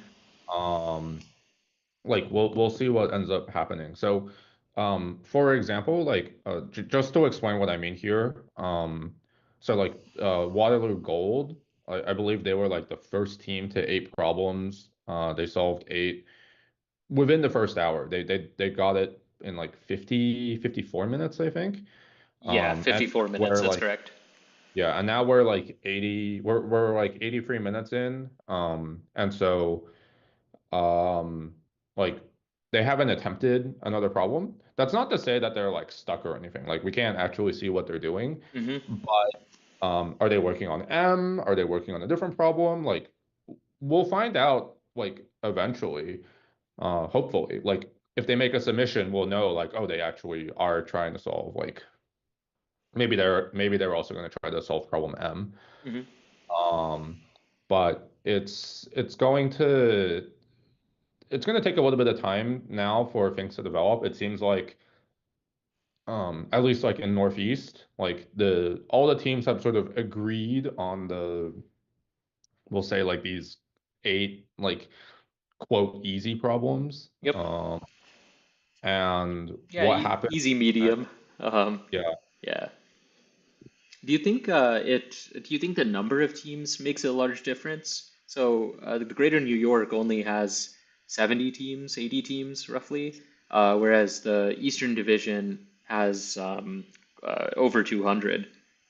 Does that make it easier to figure out what the easy problems is because there's more people looking at it, or is it like demoralizing when you see MIT and Waterloo like rush out to such an early lead? How do you think that affects the contest? I think it probably doesn't matter too much. Yeah. Um, the reason that I say this is that like a strong team cannot depend on the scoreboard because they are sort of defining the scoreboard as they go. So so even if you don't have a scoreboard to follow, you need to have the ability to recognize that, oh, this problem is easy, I should work on it, versus this problem doesn't seem easy, I'm going to not work on it. And this is this is one of those skills that's really hard to train. Hmm. And um, one thing that you will find occasionally is that the scoreboard ends up being like super distracting. And what happens is um, maybe like a problem gets ignored because no team attempts it. Hmm. But the reality is that that problem is actually like easier than the scoreboard says, and teams just ignore it because they're very fixated on like, oh, this problem just got solved, like it has to be doable. Which is certainly like internally consistent logic, Yep. but um one thing to keep in mind is that if you're following the scoreboard, you're kind of conceding like your strength as a Yeah, team. I You're see. kind of saying like, oh, I should solve these problems because these other teams have solved them. But Hmm. like if you actually think that like you're a good team, you should also feel like, oh, I'm gonna go and try this problem that I think is doable, and I'm Yeah. gonna prove everyone wrong and be the first to solve it. Hmm. And so there's this like it's this interesting balance because the flip side of this is you like have a lot of confidence in yourself and you tackle this hard problem, but it's too much for you and you can't do it. So this is where like this is why teams tend to follow the scoreboard because it's easier to say like, oh yeah, like 10 teams solved this problem. We're gonna try to solve the problem, even if that problem would be like harder for that team than a different problem. Yeah, it's much lower risk maybe to follow the scoreboard. Yeah, there's definitely like um I like to talk about the about contest strategy in terms of like your risk budget. So if you're a Okay. really strong team, you're not really incentivized to take risks, assuming there were like no like monetary prizes on the line. Some contests have monetary prizes for first to solve, and Hmm. that completely wrecks the calculus. But let's say your goal is always to make it to the next stage. Like you're trying to make it to World Finals or you're trying to make it to NAC. Hmm. Like really strong teams they don't really want to take risks. If they know that the problem's being solved a lot, they will probably have to solve it eventually. And so they just have to go and solve it. Um, but a team that is maybe not as consistent, they might decide like, oh, this problem doesn't seem approachable for us. A lot of teams have solved it. Like, in order for us to compensate, we just have to find some other problem and do that problem instead. So Yeah, uh, makes sense. it's definitely complicated. Yeah. And so, like, what we'll probably see in Northeast, Hmm. is I'm sure that most of the top teams they'll have refreshed the scoreboard by now. They'll see that this MIT team solved M, and they're definitely going to have at least one person looking at it. Yep. If I was on one of these strong teams that has 8 right now, I would definitely like be wanting my teammates to also be looking at the other problems. Hmm. Um, And it looks and like, not sorry to interrupt, but it looks like Harvard took your advice. So they're a strong team. They had 8. They were looked at problem M and they just got it. So now Harvard overtakes Waterloo and moves into second place with 9 problems solved. nice. Yeah, this Harvard team is, I believe, the same team that represented Harvard at the World Finals in Astana this past year. So Oh, wow. they're definitely very strong. Hmm. Definitely a strong contender for NAC. Yeah, glad to see that they solved M, and so now they're sort of in the same position. So they have these 4 problems left, and Yeah, uh, 3.5 there's not. hours. So that's really good. Plenty of time to approach them. I haven't looked at the Eastern Division scoreboards too closely in the past. Is it common for teams to all kill? Um, I would say that this phenomenon just isn't very common, like, period. Like Just, yeah, across the board. Yeah. I would say like in recent years, MIT has fielded extremely strong teams, and as a result, like they have been able to do it. Hmm. But I would say that that is more a testament to MIT's strength than like the contest itself. I see. Um, Like you wouldn't look at MIT solving the set and say, "Oh, the contest was too easy." That's more that just MIT is too good. yeah, if a team is super strong, like you really have to put some obstacles in their way, Hmm. and if that's desirable or not is kind of an open question. I Yeah. think different people have different philosophies. There is this very old, I wouldn't, maybe old isn't quite the right word, but it's been around for a while. There's this framing that a perfect contest has three attributes. Hmm. Every problem gets solved. Every team solves at least one problem. But like most critically, like no team actually finishes the whole contest. And that's what they say is the definition of a perfect contest. The reasons for this being, um, if every team solves at least one problem, then they can feel good about themselves. They didn't spend 5 hours and not solve anything. Hmm. If every problem got solved, that means that every problem did in some way like influence the standings in a meaningful way. Hmm. Like you didn't just like gate the scoreboard with this like impossible problem that was a waste of time to work on. And then if no team finishes the contest, then well, you like made the contest like the right difficulty in a sense. Like you gave like no team was like bored by the end of the I contest. see. Like they had stuff to Yeah, work on. we've definitely put those kinds of very difficult problems that we expect few solves on at both the NAC and the World Finals. But we'll see if any of these problems fulfill the same role. One thing I am curious about that I've noticed has changed over the years is the number of problems in the contest has also increased. I remember when I first started, like sometimes you would see 9, 10 problem contests, but now it seems like most of the regionals have 12 or 13. Uh, do you think this is healthy, unhealthy? How does that affect the strategy for the teams going in? Uh, that's actually it's a really good question. Hmm. And it's really hard to evaluate because like all of these contests kind of establish these metas in a sense of like we have a difficulty distribution that we're targeting, but then we also have all of these goals we want to hit. Like you want the problem set to have easy problems so that teams can do something. But they also need to have hard problems so your top teams aren't bored. But you also need a smooth difficulty curve and like There's there's a a lot. lot of constraints to balance. Yeah, it's very hard. Hmm.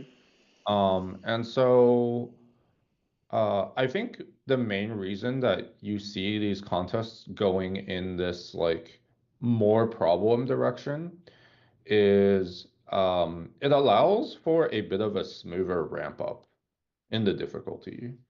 So like if we look at like the Northeast scoreboard and there are some updates here. It looks like a couple teams have solved C and Oh, CMU A. Um, excellent. Yeah, like let's take a look at that. So congrats in the exact same minute. MIT Mex Foundation is first to solve on problem C, and CMU New Game Plus Players is the first to solve problem K.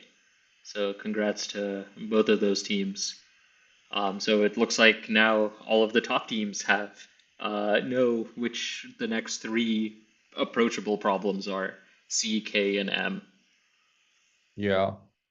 But if you like, if we look at this scoreboard sort of like at a glance and not like looking like super hard at it, Hmm. all of these like really competitive teams, like they've solved like 8 problems in the first hour, hour and a half. Yep. This would not be possible if a problem set only had 8 or 9 problems. Hmm. You'd be done, and that would be kind of weird. And so like in the old days, it would probably be like a good team solves 3, maybe 4 problems in the first hour. And so uh, I think what has happened is you see a lot of the problem budget moving to the easier problems because hard problems take a lot of time to solve, and it's just hard to solve hard problems quickly. Otherwise, they wouldn't be hard. But I think what you used to see a lot is like teams would only solve one problem and then they get stuck and then they'd feel bad and never come back. I see. And I think this move to like 12, 13 problems is largely made to make the problem or make the contests more accessible. And I think this is especially true for some of the regions, especially in North America. Hmm. In North America, we've kind of taken it a step further, and um, like our regional, like Pacific Northwest and the Big South, we have like 2 division contests. So we'll have like our regional, but then we also have a Division 2 contest that is designed to be accessible to people who are just getting into computer science and programming and they don't have any prior contest experience. Hmm.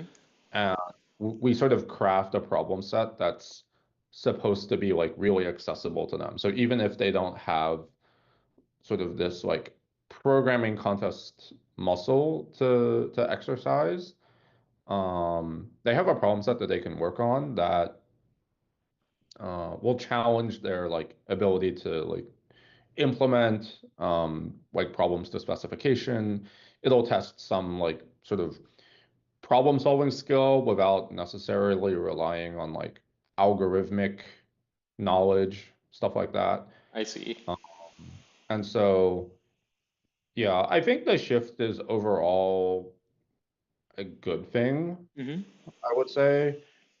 Like I think now if I saw a problem set and there was only 8 problems, I would go like, okay, this contest is going to be impossible. Like there's going to be like one easy problem max, and then I don't want to know like how hard the next problem is.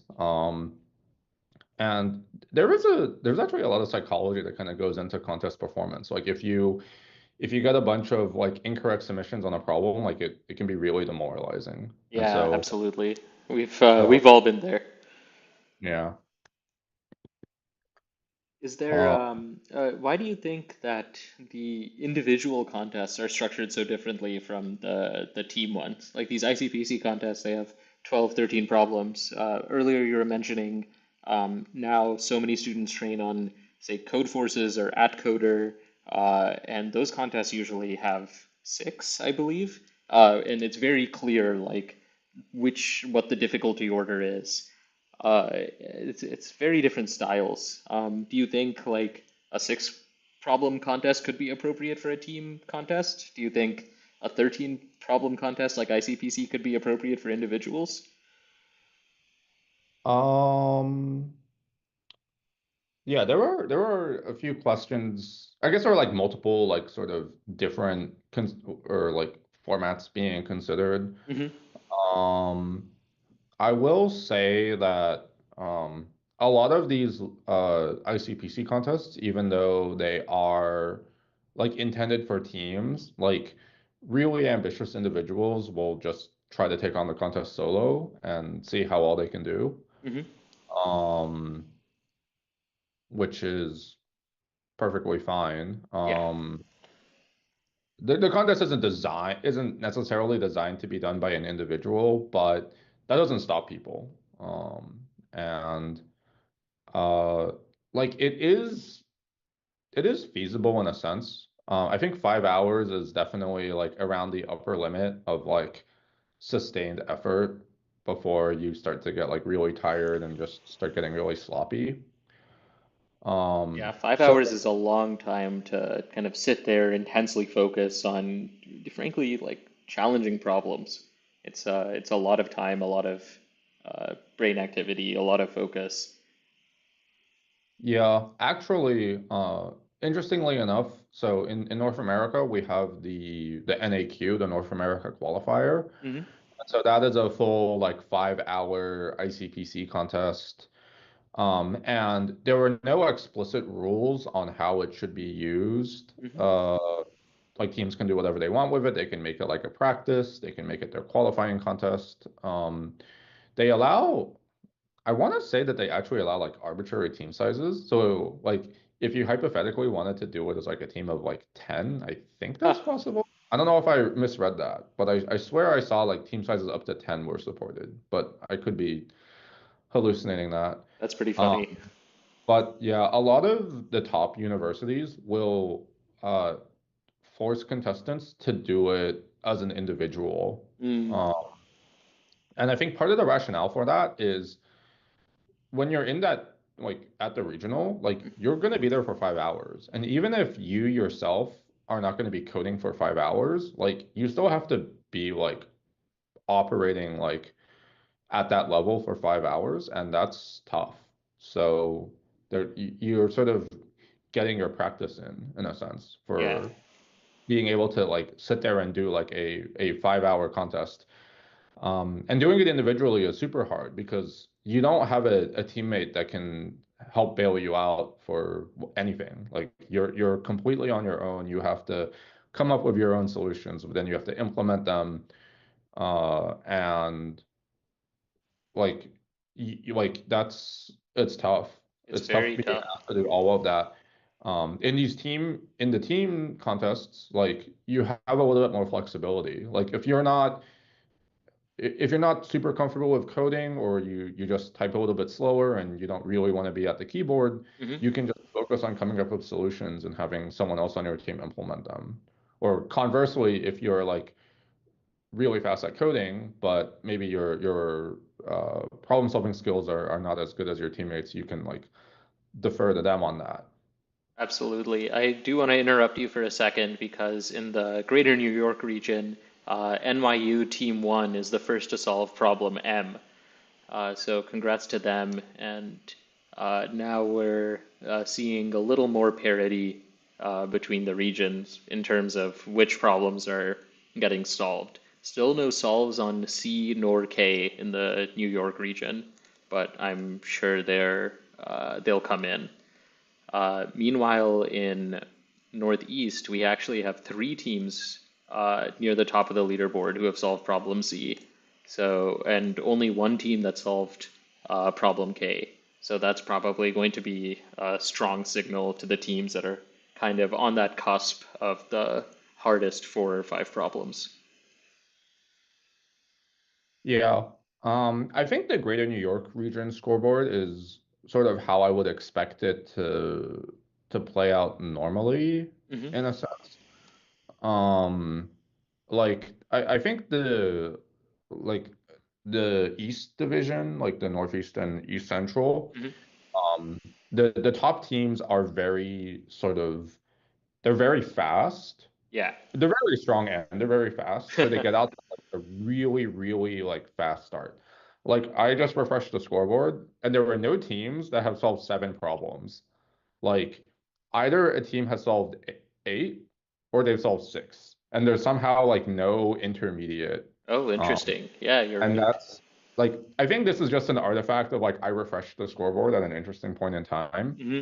but it just goes to show that um, yeah, like if you're just really fast, you can just sort of jump to this like early solve count. And so in the first hour, 2 hours, you're like top of the scoreboard, you're feeling good about yourself, but you do have to work on those harder problems. Whereas I look at Greater New York and yeah, there were 9 unique problems solved. But the top teams have only solved 7. Yep. And so their pace is it's not as I would say frantic, Hmm. but that doesn't mean that like Greater New York is like any like weaker of a region. Oh, certainly not. It's just that their top teams are just not like super fast out of the gate. And yeah, this contest is far from over. Oh, And there's plenty of room for teams to move up or move down, as the case may be. And so we'll see in like the next like 2 hours. Like I'm sure that the top teams in Greater New York will also like start to catch up and yep. Get to like 9, 10 problems solved. And we'll see them approach the harder problems. And just again to set expectations, we've had 5 North American championships, and I believe, correct me if I'm wrong, but I believe the current championship count is 3 MIT championships, 2 Waterloo championships. So having both of those teams in the same division is very, very intimidating. Yeah, I think they've actually alternated. I think it's actually been MIT on even years and Waterloo on odd years. That's really funny. So I don't know if we're due for a Waterloo run on this time. Yeah, it remains Waterloo to be is seen. in second right now, Waterloo Gold, so definitely not out of the question. Certainly not. But Harvard, CMU, another MIT team, they're all right there behind them. So, and of course, there's another MIT team in front of them. I am curious, you've been talking about speed at the beginning of the contests for these strong teams. Do you think that's also something to consider for team selection? I know back when you and I competed, there are many people who are known for solving the easy problems very quickly, but maybe aren't necessarily the best at solving the harder problems. Sometimes people with enough time are able to solve and code the hardest problems, but they're often not fast enough to get through a full set. How does that kind of play into team composition? Yeah, it's very like context dependent, I would say.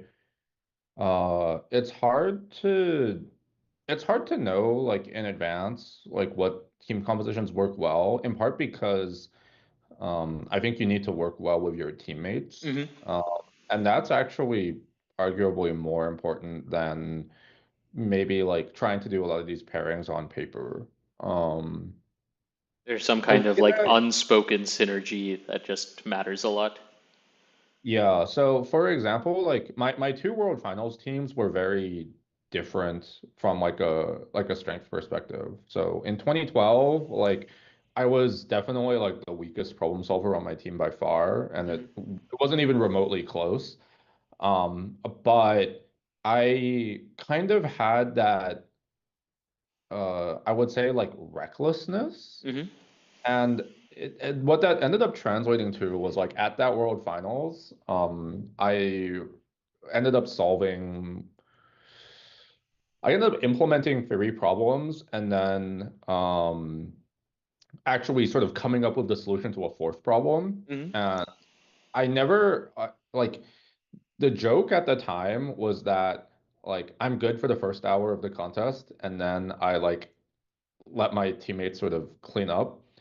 But that World Finals felt really like surreal because I did cut out to that early start and but then like it just like kept going. Like I didn't like hit a wall and get stuck. I was actually like contributing to solutions for other problems and I helped solve a problem in the last hour and like I didn't expect that that would happen, but it's just how it worked out.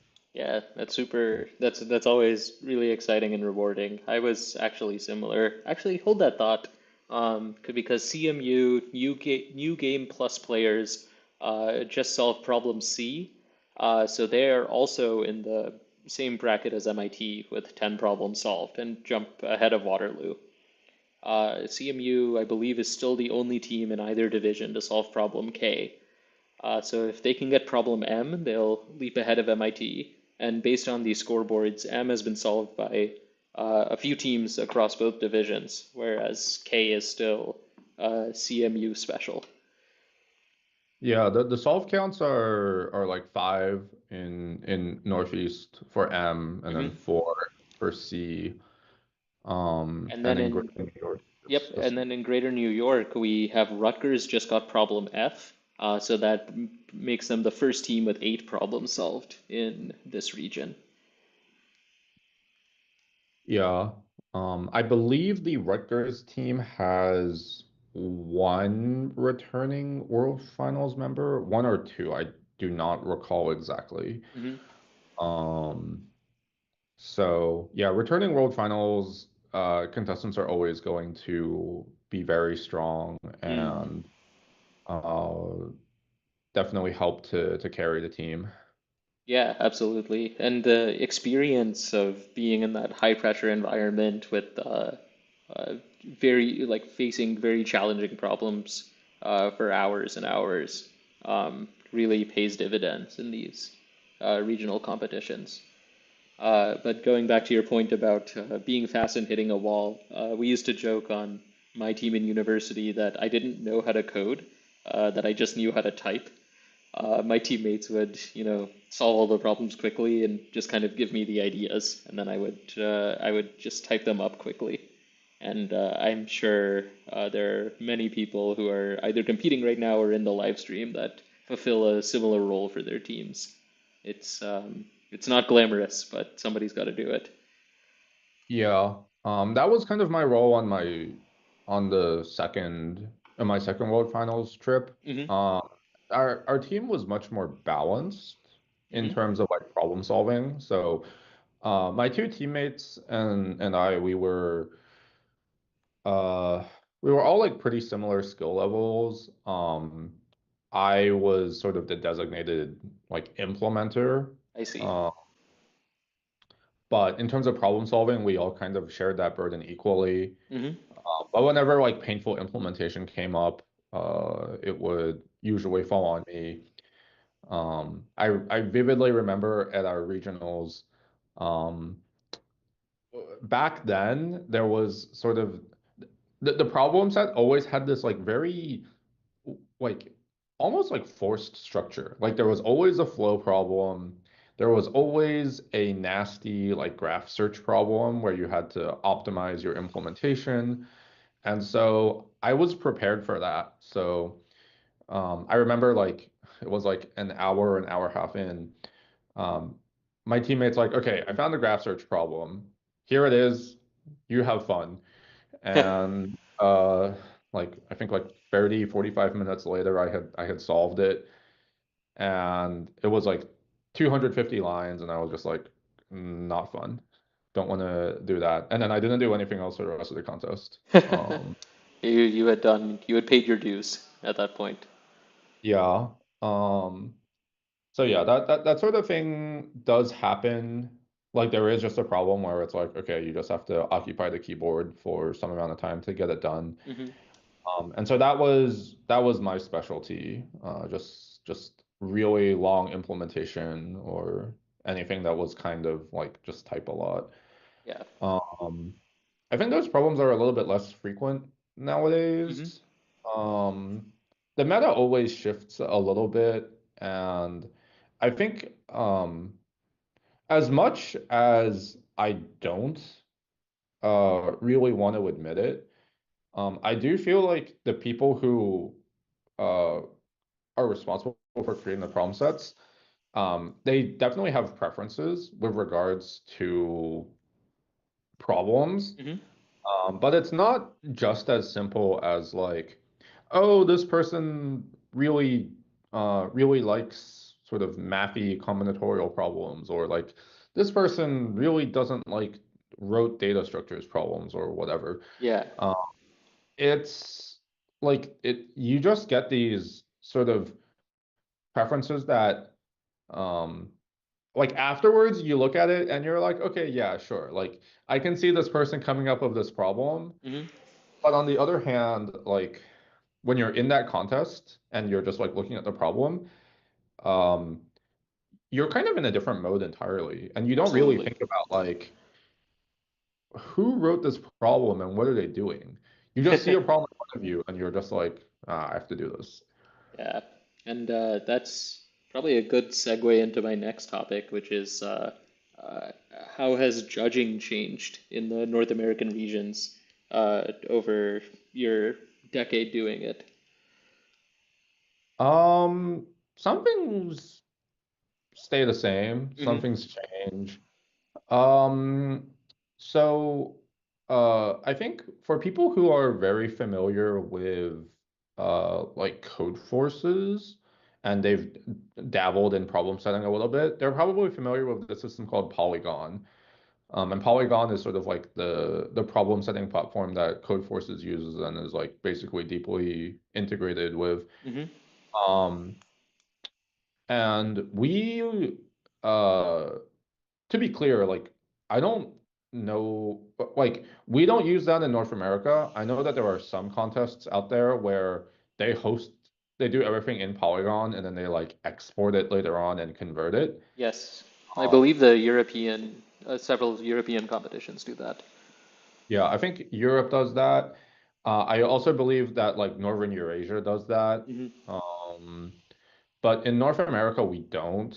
Um, And we instead rely on this open source tool called Problem Tools Hmm. that Caddis releases. They have some utilities for sort of verifying that problems are like in the proper package format natively and so on.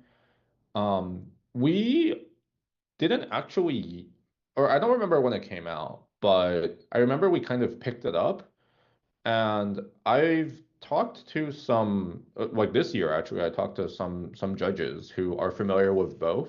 Hmm. And one thing that they really appreciate about the way that we do the problem setting is that um, like they have a copy of the problem repository locally, and so they will always be able to work on it. Whereas Polygon might just mysteriously go down for Oh, whatever haha, yeah, uptime reason. is challenging.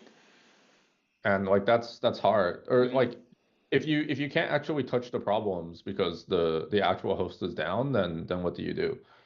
Whereas with So problem tools, for those unfamiliar, it works off of files in your local computer.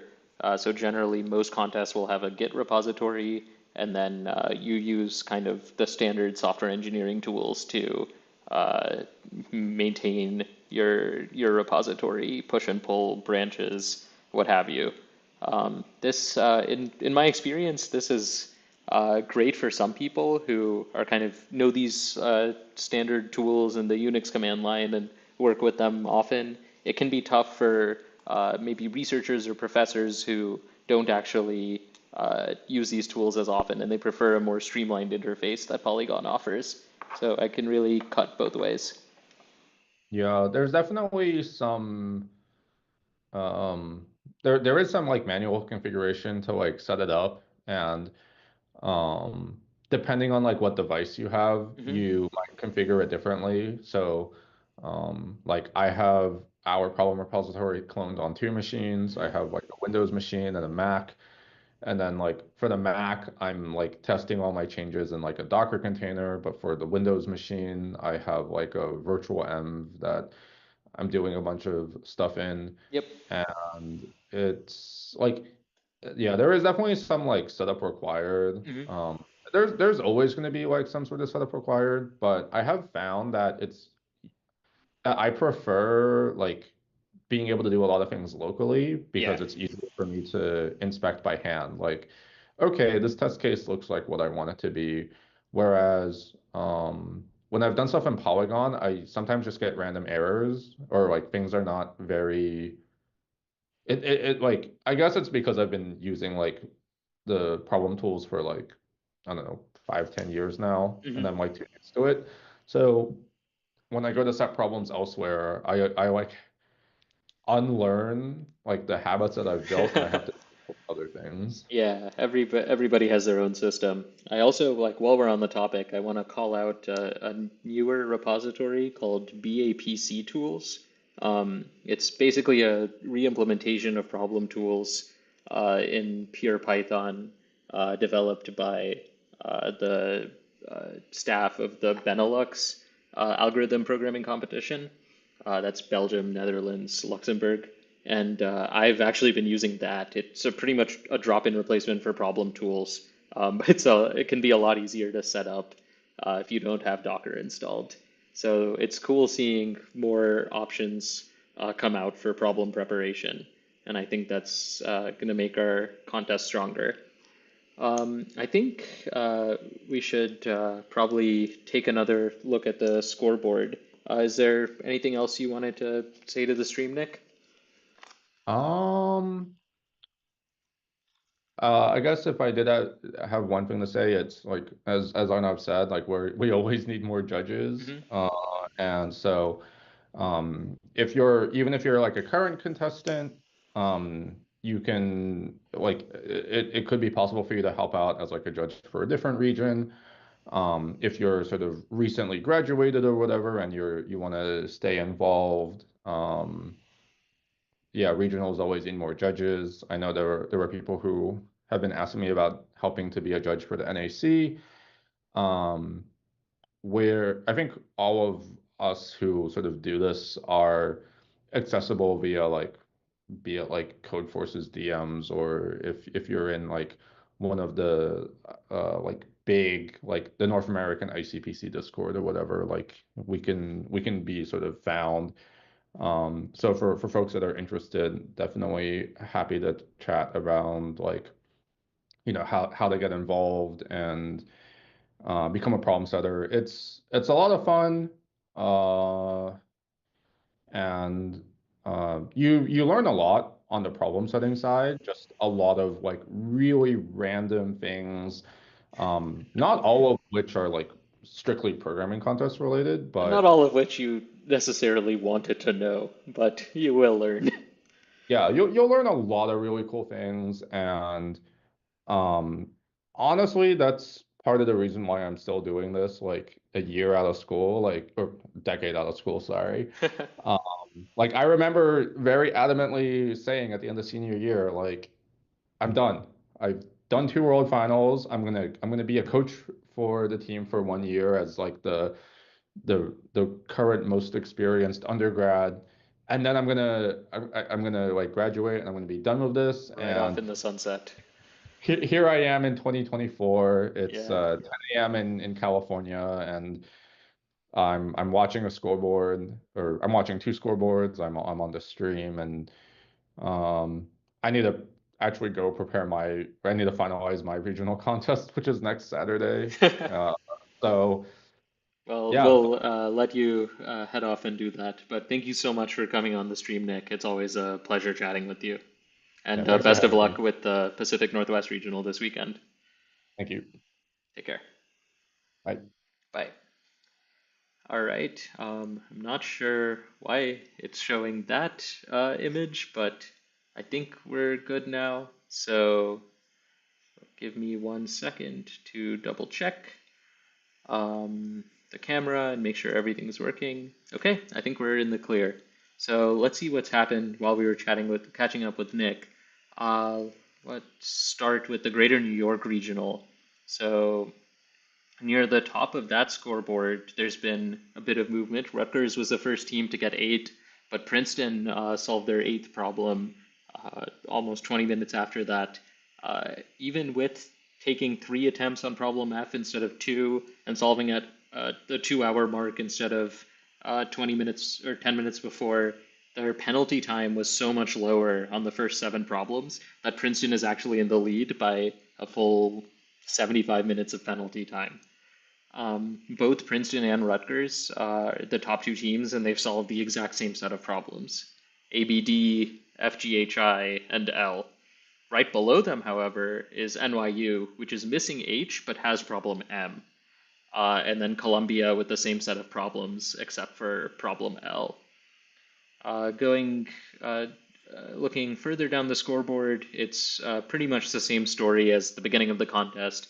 Most of the teams are attacking problems A and I first, although you will see some teams like Team Maroon from Ramapo, RCNJ. Oh, sorry, I misread that. This is Rutgers Python. Actually has problem F before problem I. and that's a problem that only the top teams are attacking. Moving over to the Eastern Division, there are now 4 teams at 10 problems. MIT Mex Foundation is still sitting up top, but CMU and Harvard are actually exactly tied at 460 penalty minutes and 10 problems solved. After that is the next MIT team, Milk Tea, who's only 38 minutes behind in penalty. So that's an incredibly tight contest, and it's really anybody's game. It's pretty much the same set of problems solved at the top there. The one exception is CMU has problem K. They're still the only team across both divisions to have problem K, but they do not have problem M. Interestingly, the CMU team is not going for problem M. They just submitted to problem J, but they were not successful. I'm going to take a quick break, and we will see you soon. Thanks for tuning into the stream.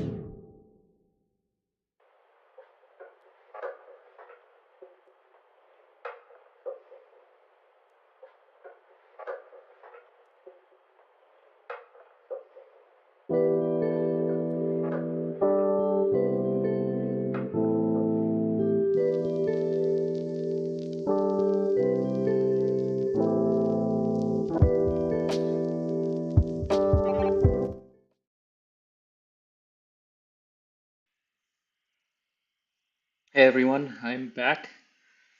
So thanks for bearing with us during that, excuse me, brief pause. So let's check back in with the teams. On the Eastern Division, there's been a bit of a shakeup at the top of the standings. CMU, New Game Plus players, is at the top of the leaderboard, along with MIT's Milk Tea. They both have 11 problems. And again, different 11 problems. CMU has K, whereas Milk Tea has M. Switching over to Greater New York, we have 9 problems for Rutgers Albatross, and they have problem C, which I don't believe no one else in the Greater New York region has that. Is that correct? I don't know if that's correct, actually. Yes, that's correct. There's 2 attempts, but only one team has solved it. So well done to Rutgers over there. Yeah, the problems are the problems solved are looking pretty familiar. As predicted, there's 8 or 9 easy medium problems that should be the first to solve. And in Greater New York, it looks like the teams are tackling those first.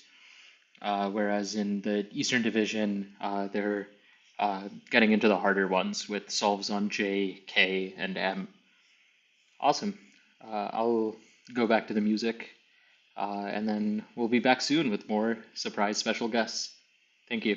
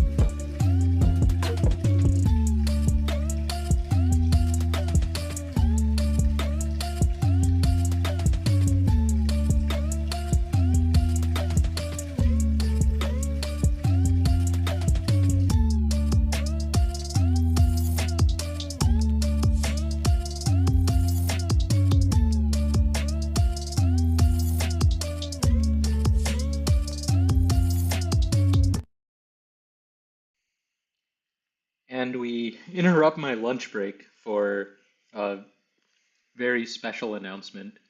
CMU now has solved problem M, and more teams have solved their 11th problem. So right now CMU is in the lead with 12 problems. There are 13 problems in the set, so CMU now has about 2.5 hours, half the contest remaining, just to solve problem E. Meanwhile, the 3 teams below, that's Waterloo Gold, MIT Mex Foundation, MIT Milk Tea, they all have both problem E and problem K to grapple with.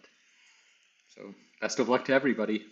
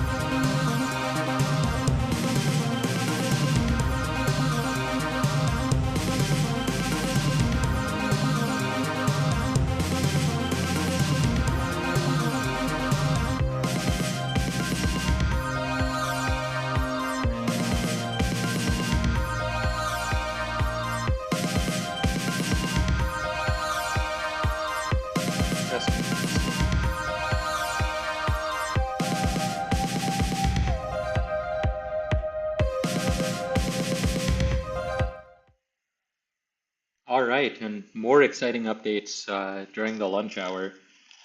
So let's see. We'll start with Greater New York, where, excuse me, Rutgers Albatross gets up to 10 problems. They have problem C, which no other team in Greater New York has. And they also have problem M, which only like 4 teams have. So they lead the field by a problem. And as we were chatting with Nick earlier, there are some kind of breakpoints which are evident as you go through the scoreboard. And what I mean by breakpoint is number of problems solved.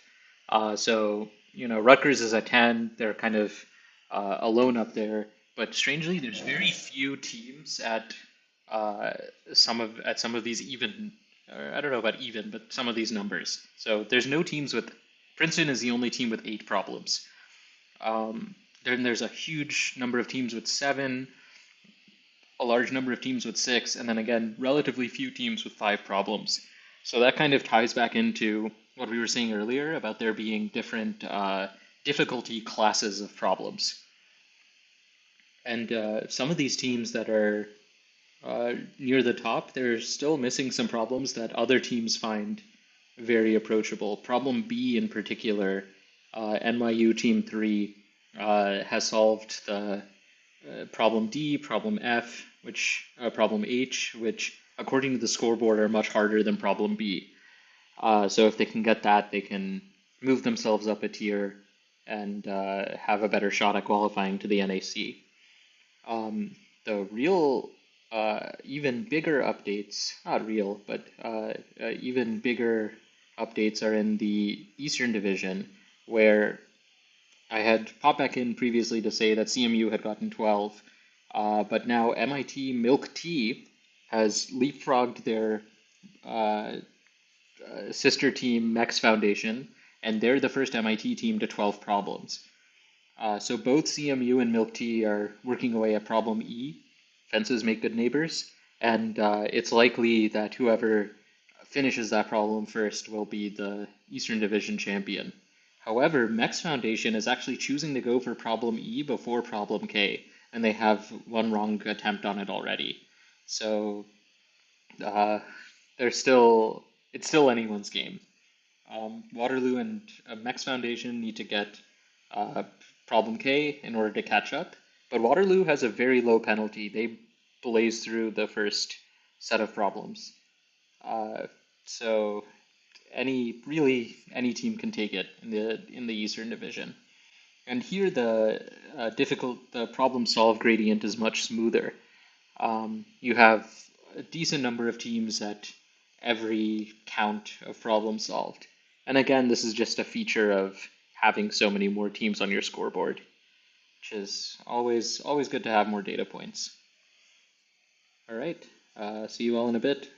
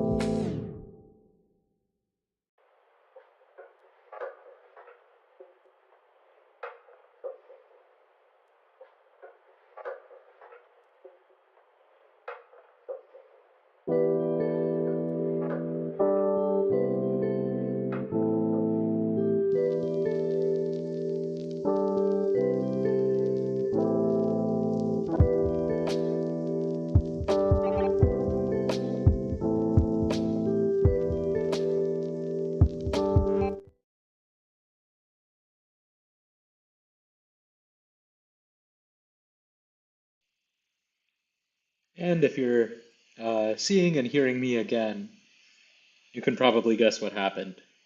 There's been a big problem solved.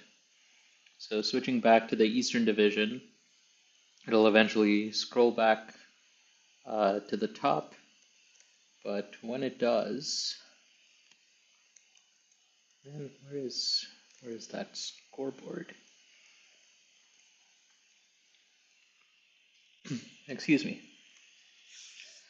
All right, I guess it's gonna do the full cycle, but it just missed that CMU is the first team to solve problem E at the 165-minute mark, and that means that they have officially all killed the set just over halfway through the contest.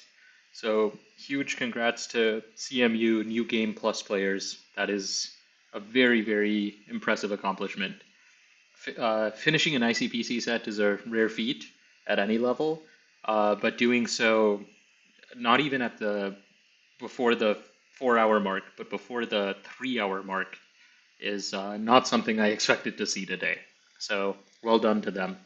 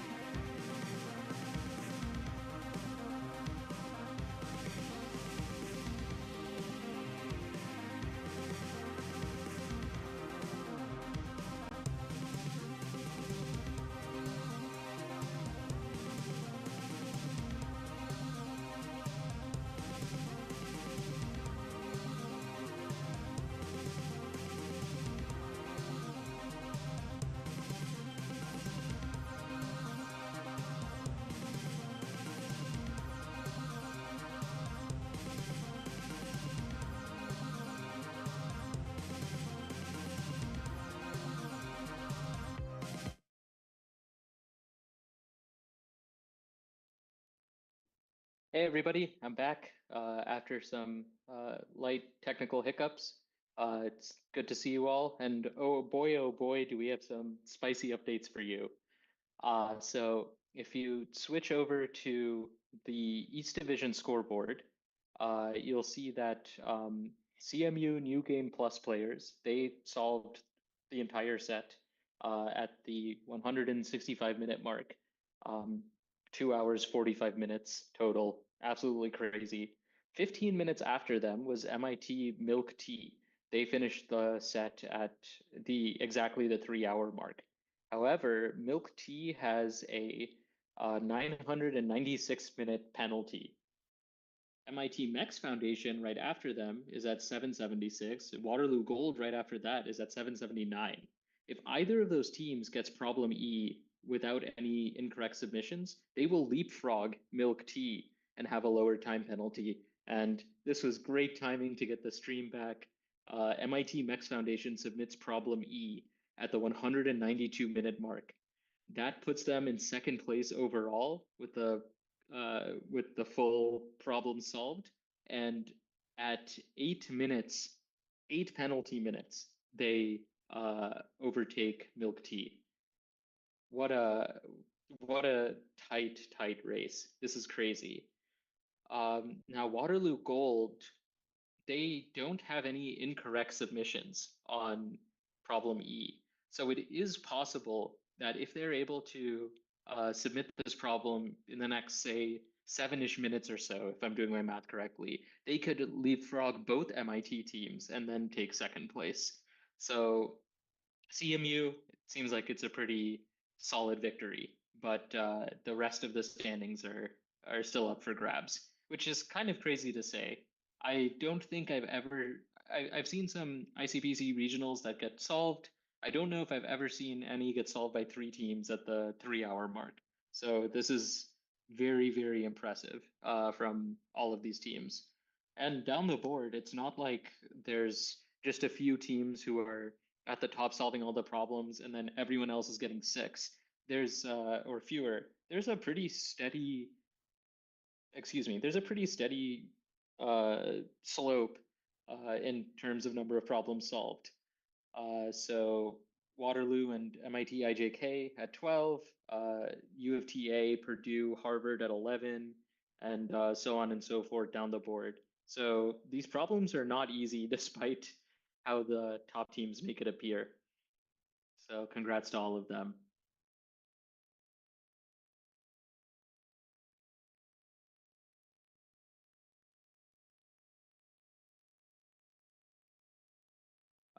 Moving over to the Greater New York scoreboard, it's again a tight race at the top. So Rutgers and NYU both have 10 problems.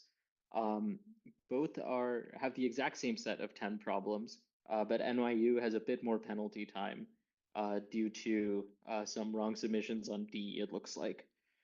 So they have E, J, and K to grapple with. So that leaderboard, still anyone's game. So best of luck to everybody. We'll be right back.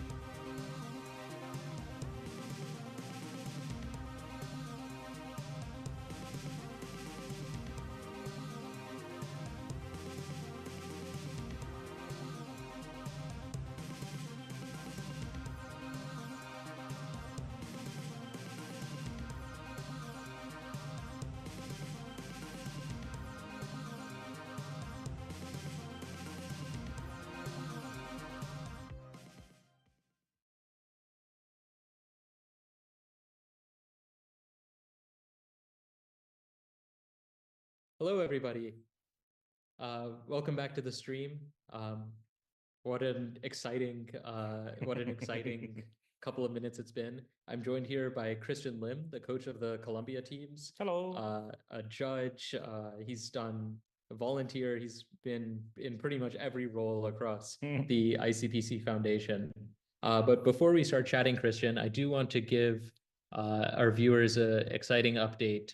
Right before we went off the last time, in the East Conference, we said that MIT MEX Foundation needed to solve problem E without any incorrect submissions in order to get ahead of milk tea.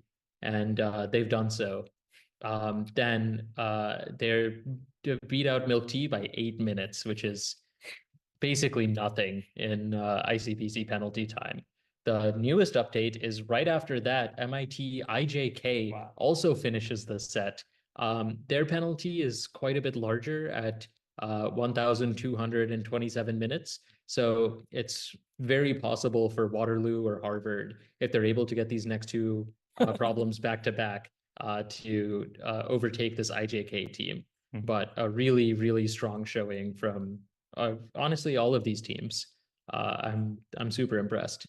But let's go back to Greater New York, which is your region. I believe you're coaching 6 Columbia teams here. Is that correct? Yeah, that's right. Yeah. How do you prepare your teams for the regional competitions? Yeah, so I think we have two courses. One is an introductory course. One is a more advanced courses. The advanced course is actually taught in conjunction with Professor Josh Allman, who is a former world finalist, I think representing Stanford, I think. And that course, we cover the contents that I think are instrumental for doing well in the North America Championship, as well as the World Finals.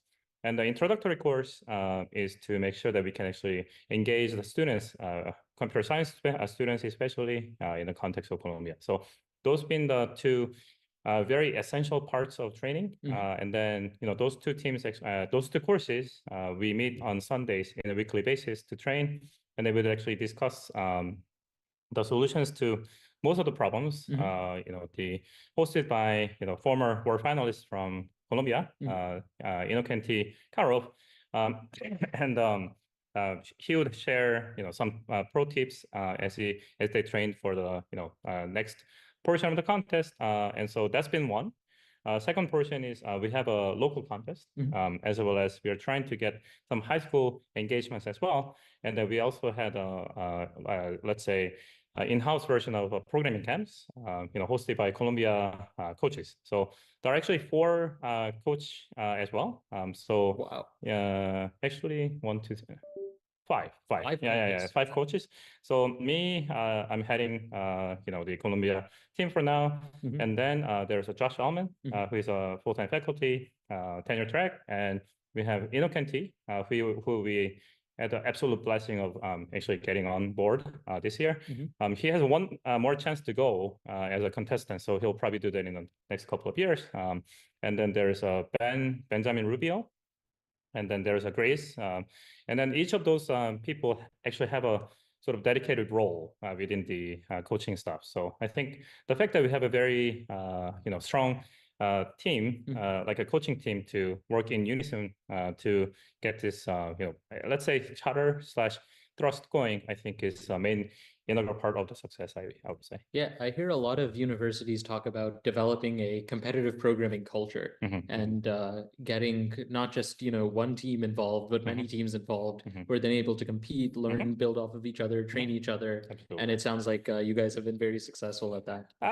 We started just now. I mean, I started coaching like just 2 to 3 years back. That's maybe, it. Wow. Something like that. And I mean, one of the things that I want to have as a constant rhythm is showing the excitements as a, I guess, the coach, and also as I get involved in more things within the context of ICPC, trying to make sure that I self-train, so that before I ask the students to train, for a programming contest, I think it's really vital that I, as a coach, know the, let's say, essential of how to, train for some questions, problem types, and some of the gotchas, right? Because trends actually change all the time. Oh yeah. And then 10 years absolutely. ago, when I was competing in the regional contest in Pacific Northwest versus the contest problems now, I think I don't think I even recognize. It's a totally different ballgame. Yeah. And so the fact that we have to be sort of like going with a trend to make sure that we are training, in conjunction with some of the other local teams in Colombia, like to New York, Greater New York region, and the fact that training camps and high school students who are really like on the nose of this, I think is very crucial. And I want to, make sure that we have, let's say, community going, not necessarily just like a one person doing everything, but really, one person who is excited about it, sure. And then we can actually get the, let's say, leadership / coaches who are excited about this, who have some experiences, who can actually make an impact in, as you mentioned, junior team members who can actually get, let's say, mentored by senior team members. And then senior team members can, work with the also, let's say, faculty or something like that to really get the group going, I think is crucial for success. And I'm hoping that I can get more senior, members of the CS theory group within Columbia involved over time. And that's one of the reasons why I actually started going to their theory reading group to see if I can actually ask some of the very senior faculty to actually join the game and then have fun, right? So, yeah, and a lot of fun. one of the things I'm doing right now is to ask some of the senior faculty actually to just watch and have fun, right? Yeah. And then I want to let them know that this can actually become like a more of a game that they can actually watch, more like football game or whatever. I mean, Sunday, in the afternoon, maybe it's a good idea to just watch the programming contest once in a while. No? Yeah, I did the Giants game already ended, so I'm sure everyone who's watching the Giants moved on to this live stream. Yeah, and some of the people I know in the audience will definitely be on the know for like some of the gaming, right? League of Legends or whatever. But this and that, once in a while you can choose this, right? Yep. Or have it in conjunction at the same time. One like a screen, you can watch this. The other screen, you can watch League of Legends. Absolutely. Yeah, I learned some lingo to prepare for the stream, so be sure to use your Prime subs on ICPC Live. Yeah, that's very key for success, guys. Like, going back to the coaching, so it seems like you have a star-studded roster of coaches. How do you allocate them to teams? Is it one coach coaches one team? Oh, Is it... actually, the model that we have, Colombia, I mean, so far, I mean, the team is not, I mean, team of coaches are actually not that expensive. So what we do is every team, we have a different, different coaches are filling different roles. So I'm actually just making sure that everything goes well. Sometimes I, oversee trainings to make sure that they're doing, effective manner. Yes. Pick the problems for the training sessions and things like that. And then Ken or Innocanti and Ben, they have experiences either coaching or being to World Finals. So they actually help train the students and make sure the explanations are done in a way that is more closer to the eyes of the students and participants, because they're much closer to the game than, I guess me, where I was actually competing, in the regional contest, first of all, not the NAC. We didn't have one at the time, I think, and the World Finals, I didn't have a chance to go. But, these guys are much closer to the actual game. So they would actually train them and make sure that they announce and tell me some of the, issues that they go through. And they tell me, especially how, if there are some issues, then they'll let me know, if, if things are going in the right way. And they would actually talk about, some of the inefficiencies that we see as you train. And then Josh, of course, is making sure that we can talk to the let's say, admins of the Columbia to make sure that we can get the funding. Very important issue, by the way. I'm only part-time faculty, so getting let's say, communication going with the department can be a little bit of a challenge. But Josh makes sure that all things matter to the department or school, that he can actually serve as a liaison to make sure that all things mattering to our team can be successfully discussed with the let's say, upper management of the school, which is really the key. And then it's one of the reasons why I think dean of school in Colombia for engineering was quite keen on actually pushing this charter, because he sees that as an opportunity for everyone to gather together and then create a community. And then the superstar, actually, I have to say this, I think, because my wife, Grace, is actually serving as a coach as well. And she's not in charge of technical things, but she gets like most of the, I guess, administrative tasks to make sure that it's smooth. She can get the reservation going and everything else. So she's, to me, well, life superstar, but at the same time, of course, for Columbia team, the reasons why a lot of things, communications-wise, it goes pretty well is due to her, smoothing out the process, making sure that communications are done in a way that is most effective, and then managing, like various different like administrative tasks. Absolutely, and that's a critical role. There's so much that goes on behind the scenes that a lot of students and coaches and spectators don't really see, from getting the room reservations to getting the meals to shipping T-shirts across the country and setting up balloons, handling travel schedules. There's a lot of people that work behind the scenes And to make this all hotels, happen. transportations, and like, for example, to keep my sanity, actually. Mine's long gone. But I feel you. I do want to actually go back to the scoreboard. I just saw that the Rutgers Albatross team got problem J at minute 2:05. So that makes them the first team in the greater New York region at 11 problems. Two other teams have problem J as well. Columbia, see you again, your team, and Princeton key players as well. So it seems like the greater New York region is also able to tackle these harder problems.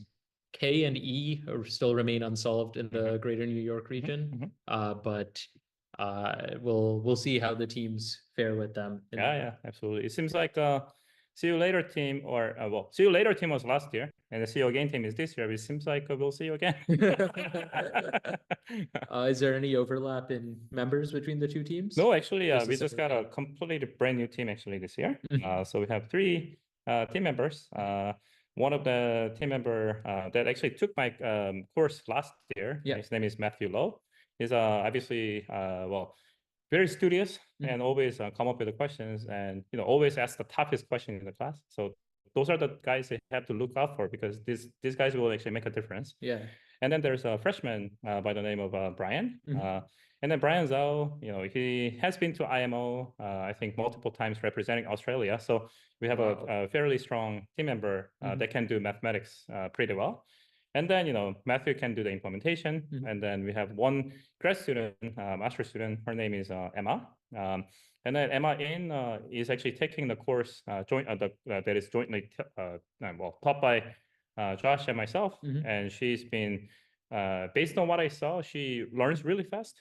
She's like a sponge where if she doesn't know the trick, then she'll go look it up. And then by the next time, she actually knows it better than anyone else in the class. And I think that speaks to the reason why those 3 team members are in the team together. And I'm quite hopeful that they will do well in this contest, let's say, and see how far they go. But, dream big, right? Yeah, absolutely. And that seems like an interesting mix of members as well. You have a math background, CS background, you have a freshman undergrad, you have a grad student. So there's a diverse pool of experience to draw from. How does Columbia choose their teams? Nick and I were chatting earlier on the stream about different kinds of team compositions and selection strategies. Right. So what I know, I guess, I modeled it based on like how I was selected. I mean, how the team selections were doing at the time I was competing back in Stanford in 2010 to 12. I actually overlapped pretty well with Nick, actually. Oh, nice. And here's the reason why, he'll say the same thing too, that I didn't actually go to the workshop. So he said he's the weakest link in the team of the 3. I was the 4th one. But anyway, that actually is one of the reasons why I actually push myself even every day, because every time I remember, like basically, if I don't train hard enough, then I will fall behind for sure. And so I have to kind of keep myself shaped up and, do well in the various different training myself, so that I can actually pass on some of the information that I get to learn as I solve questions in the various different contests. So, but then going back to the original question, which is how do I select the teams? We have 2, very, I guess, good contests to draw the candidates from. One is obviously at the beginning of the year, as you know, there's a North America qualifier. Yep.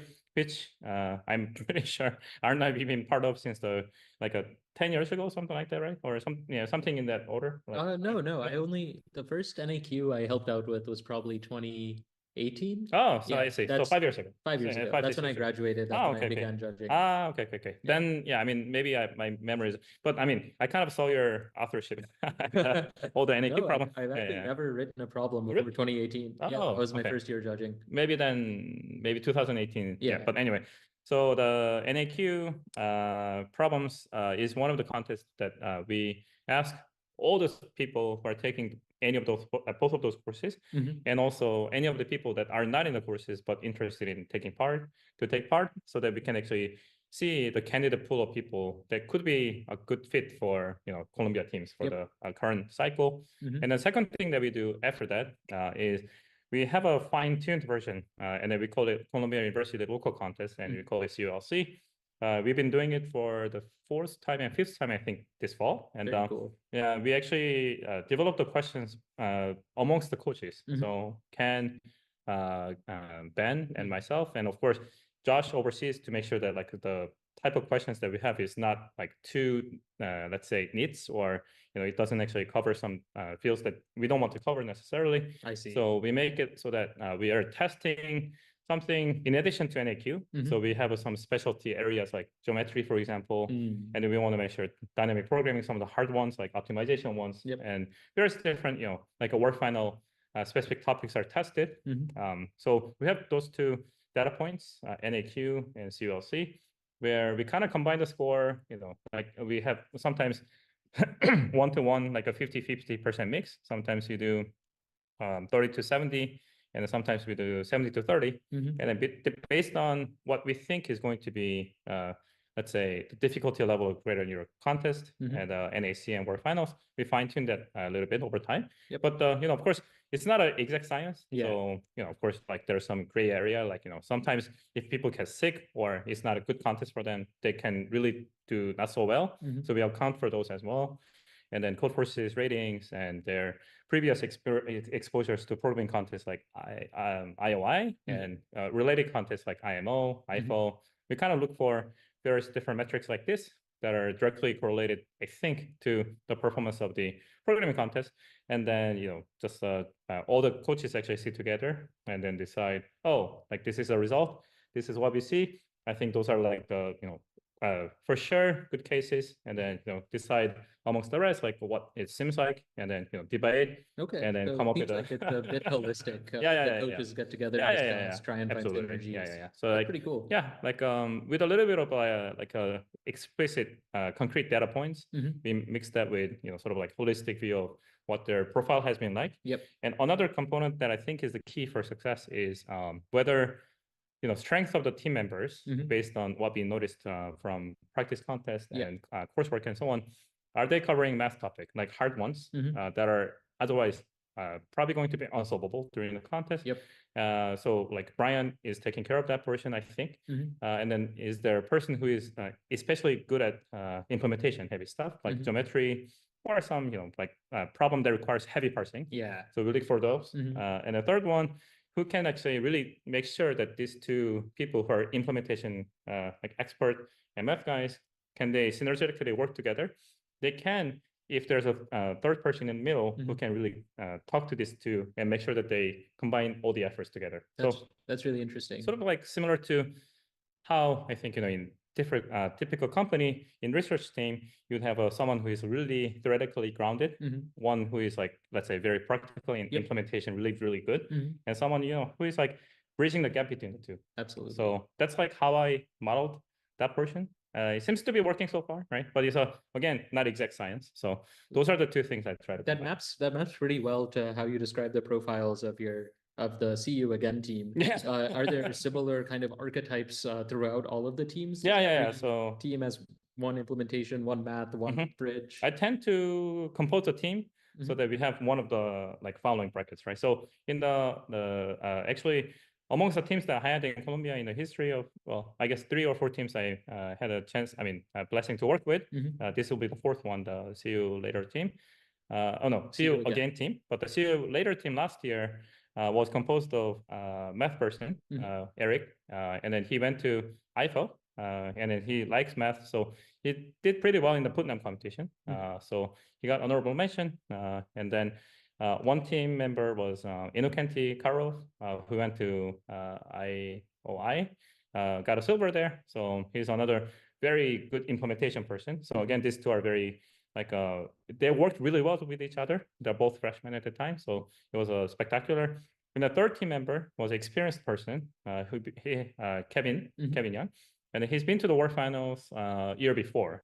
And then he was Code Forces Red, and he's compared to these two, well, but not probably compared to Nick actually, but he's like a super fast in implementation. And then his math level is somewhere between the two, and then he can really make sure that the synergetic effect is happening, because while the other two are working together, he can independently think about third question, and then he can switch off, and and then at times they can actually help. Kevin can help in bridging the gap between these two. So it was a super synergetically effective team, and ever since I saw that, well, I can try to do the same thing over and over. Although I would expect that it may not be so easy to beat this. I guess third ranked in NAC last year team, or this April, I guess. But I can try again and again until I that get was a very impressive showing at the NAC. And I'm hoping that in the future, it's a dream or like an ideal or utopian a thinking, but if I can make it to number one at one point, that'll be amazing. Well, then you heard it here first. That's that's Columbia University's goal, number one at the World Finals. There we go.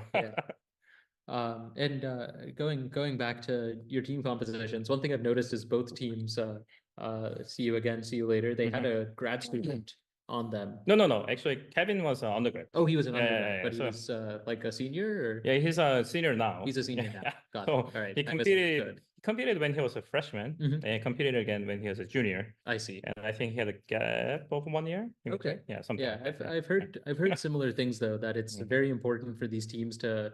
There are many talented freshmen who come in out of high school with IOI accolades, but apparently it's very helpful to pair them with someone more experienced who's covered more university topics. And that's one of the reasons why, for example, Innocenti, he actually volunteered actually, but at the same time, Innocenti and Eric is actually taking 1 year sort of gap year to really kind of grind themselves in the programming contest, being a I guess coach and a problem setter, and I really see the inside scoop of what ICPC is doing. And then when they're feeling really ready, whether it's a junior or senior, I guess we'll see. But what I'm trying to do is, even if they're not actively working on the programming contest themselves, but they can really see and oversee how the Columbia team is doing. And having a senior member like Ken will be next year at War 2 is very crucial, I would expect, for the success of I guess Columbia. And then one of the things that we absolutely should do as a must item is to make sure that these teams are aware of the fact that I don't want to block them from achieving what they want to achieve. But I am trying to do my best. I think is good phrasing. Encourage them and also empower them to achieve what they would want to achieve. And if they're all aligned, great. But if after trying, and it's just like a fairly tough 5-hour contest, right? And it can be draining too. It's very it can be very mentally draining. And then like last year, for example, I was actually really going like a Spartan training with the See You Later team. So we've been meeting every week, doing World Final set or like NAC set or some European sets and things like that. So like after going through that once, it can be really tough for their body. So they just need a 1 year of recharge. I was like, yeah, sure, of course. But then I told Ken, hey, as a catch, can you be a coach for us? And then that's how kind of you can lure them in to, like help the Columbia success. Although they might not be directly involved as a direct participant. Right? Makes sense. How did you decide to get involved? I know you were a contestant at Stanford. Back in the day, but how do you go from contestant at a regional to coach, problem setter? So I think one of the things I actually did, let's say 2010 to 2012, 13 is when I kind of competed as a participant. But then ever since then, I guess if if you look at the work of what I've done, I went to the PhD program in operations research. And then after that, I actually didn't finish, but decided to go to the industry. Yep. And then Google is when I think I had a sort of like a second life in competitive programming. Because Interesting. Google had a lot of very, very sharp, obviously, competitive programmers. Right? Petter is one of them, you know, and I can name like, I want to say 20, 30 people. And one of the things that they had at the time is sort of like after, you know, work, let's say extracurricular activities, where, you know, people just gather and then they'll solve questions. And it's just like, first thing impression that I had was, what kind of group is this? Like, if they play poker or if they do, you know, some like amusing activities, like, you know, like being like go to watch sports together or like go to some concert together. I think I understand that portion. Yeah. But if you're gathering to be in a meeting room post work to discuss the problems, I thought that was something in it, in the sense that like how could they work on this thing, you know, beyond what they work on every day? They're doing problem solving pretty much day in and day out. And so like these guys that are doing extra work after they finish the work sounded rather you know, like exciting in one side, because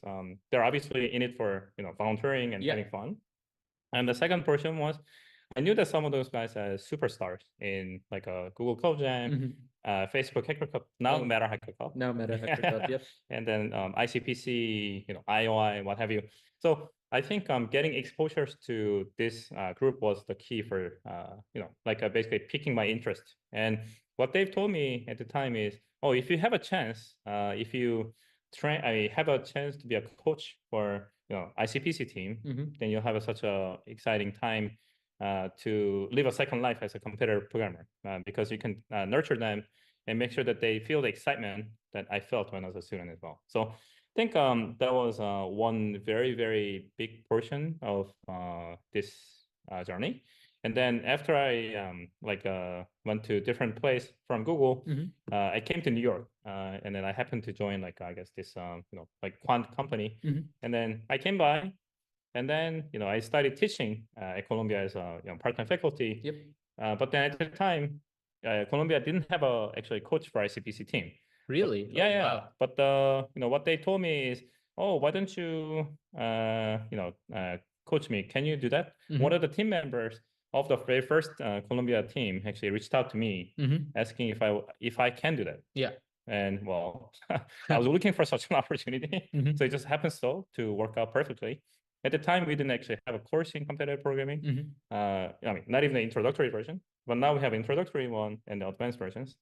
So I think that I kind of slowly grow into this sort of like ecosystem. And then, you know, I guess when I joined the Google sort of interest group in programming contests and competitive programming, I grinded quite a lot in code forces. I think you know, so that I can keep my sort of like a weapon sharp, let's say, with a quotation mark. And then, you know, I learned about Canis, I learned about various different programming contest pool. And then I think that somehow my experience of not quitting problem solving, given after I didn't have to do it, I guess, right? But then most people in the volunteer, I mean, like ICPC in particular, I don't think they have to do what they do. Oh yeah, this is all kind of volunteer run. It's like you know, like basically the point is for you, you choose to do this live streaming, but you didn't have to, or nor did I when yesterday, for example, right? So like the fact that we find it as a blessing to you know, spend the extra time on the weekends or weekdays actually sometimes to help out on the problem setting, judging, and so on. And the fact that we have such a strong group of people, like a very core group, I think I can tell. I don't know if they sleep, actually, including Arnaud, by the way, guys. I was about to say, I don't know if Christian slept between running the Mid Central yesterday and coaching his teams. Yeah. So I think Eastern Division today. I think that that's the very exciting aspect of this. You know, the fact that we have a great group of people. We're very passionate. Very zealous, lunatic, crazy level passion, right? Like you not ever find this kind of you know, core group of volunteers who would be spending, you know, this extra amount of time to just like spend their every day if it's not ICPC. I think that's the one thing I saw, and then that is one of the mystery that I was trying to find out for myself. You know, like what it is that you find interesting, I think. And then, you know, somehow I got lured in, and now, I mean, by myself, actually, I didn't actually, was not forced or coerced by anyone. But then when I got in slowly, I realized that somehow I am doing all things that I am doing now, but as a blessing. I just never refused to, like, you know, not do them. And then one at a time, you know, people say, oh, I think you can do this. Can you help? And I was like, yeah, sure. And then if they say, oh, can you do that? I'm like, sure. And then over time, I think one of the things I learned from some of the people is you have to learn what to say yes to and what to say no to. But unfortunately, I think I said yes to everything, and I cannot pull back now. So, well, there goes my life. That's you get sucked in, and it makes sense. It's very addicting. Yeah, very, very addicting. But I do want to go back to the scoreboard. We are only 7 minutes before the freeze. We're looking at the Eastern Division scoreboard right now, and it is a sea of green at the top. There are actually I don't see a single team in the top like 15 or so that has tried a problem and not gotten it right. So that's very, very impressive. And a lot of dark greens too. A lot of dark greens too. Like, yeah, a lot of first to solves from many different teams, which is exciting to see. Over in the greater New York region, let me put that scoreboard back on.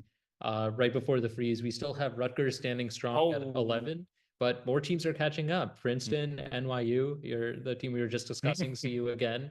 They're all at 10, and these penalty times are fairly close.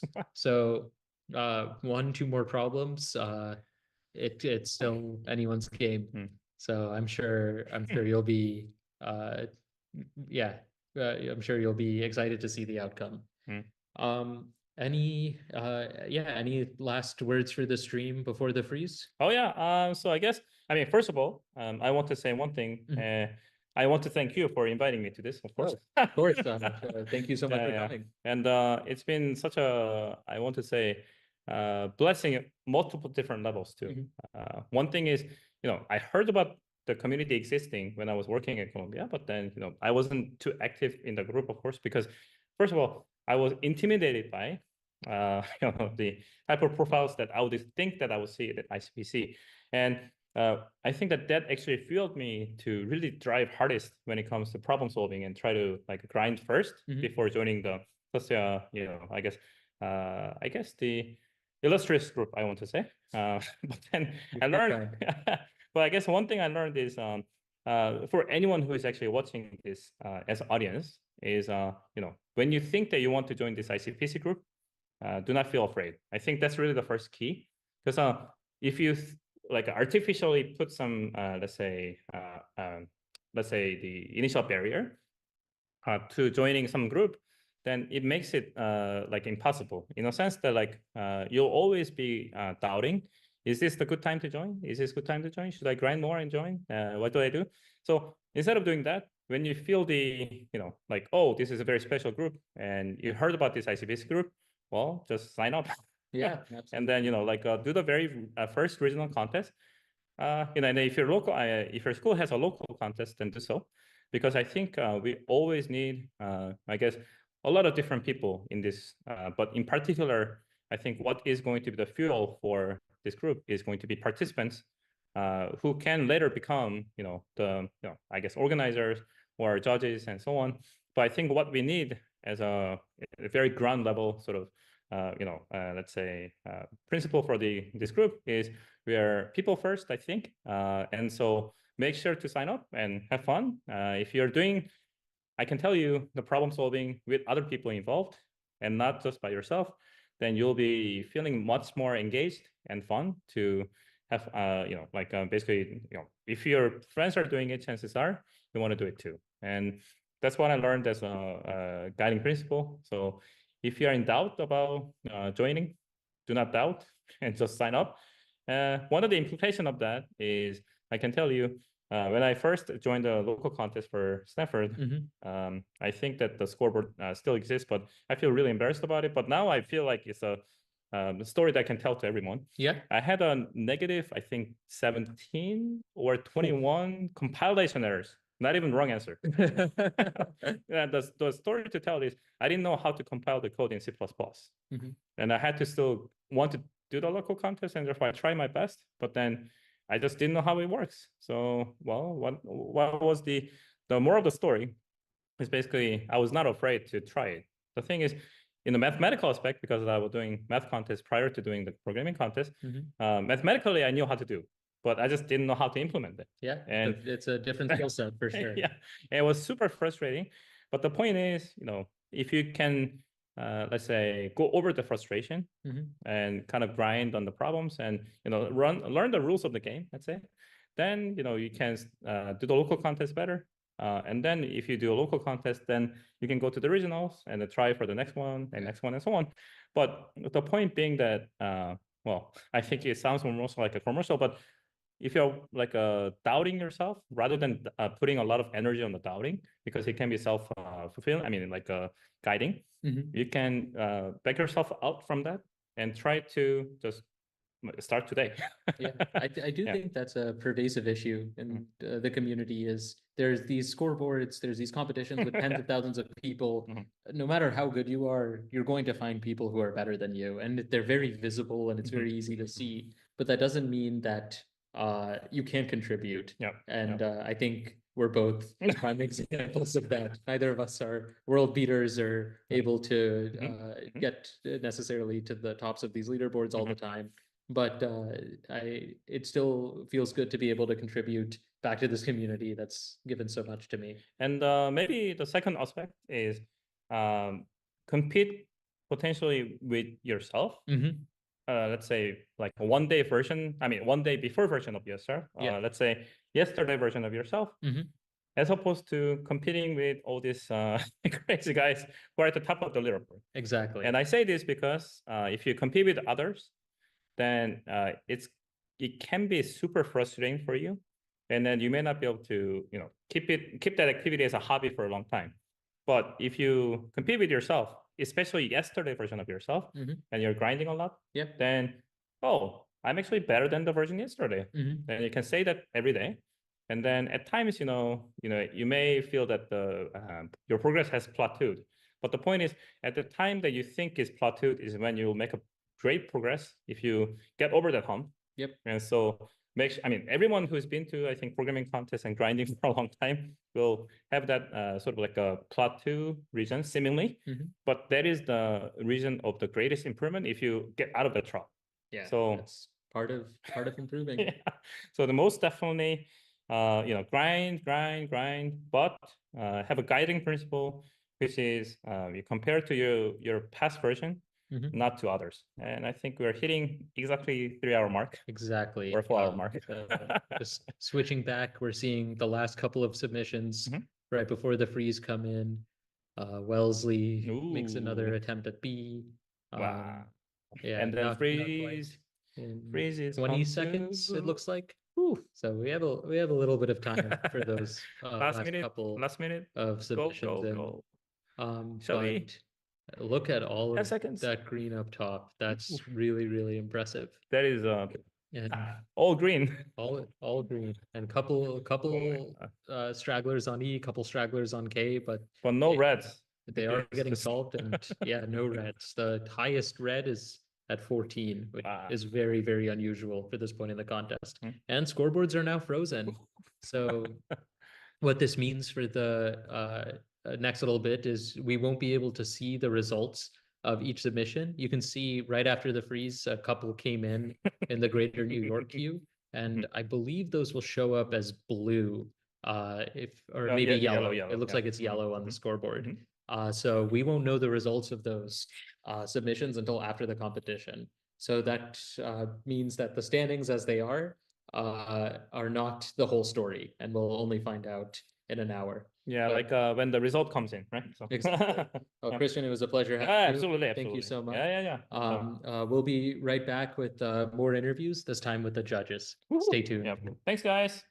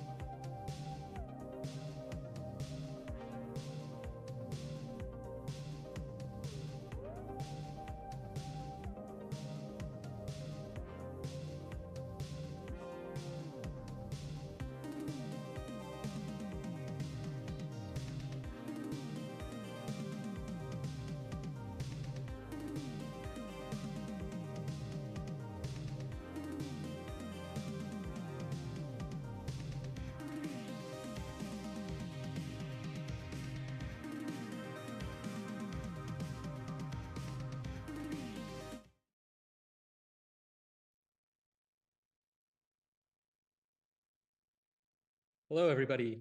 Welcome back to the live stream, Frozen Edition, for the East Division and Greater New York region.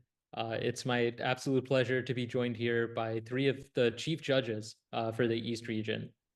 So we have Finn Lidbetter, who's in charge of the Northeast region, John Buck in charge of Greater New York, and John Bonomo for the East Central region. In no particular order, just the order I see them on my screen. So good to see you all. I've had the pleasure of working with Finn at the NAC and John Bonomo at the World Finals. So no strangers in ICPC. How are you all doing today? How has the contest been on the judging side? No problems. It's been relatively smooth. I mean, Yeah, if you judge it by the number of clarifications we've had to give, it's been a remarkably very smooth contest. that's awesome. I'm curious, on average, like how many clarifications do you get during these regional contests, and how many would you like to target? Well, ideally, we target having 0 clarifications would be 0? the ultimate Right. ideal Yeah. if we'd done a perfect job of making every statement perfectly unambiguous. But I don't know, that might be a slightly too ambitious goal. But I In think your we've done. experience, has that Yeah, happened? Not I that don't I think can that's think of. happened. No. Yeah. Yeah, there's always something.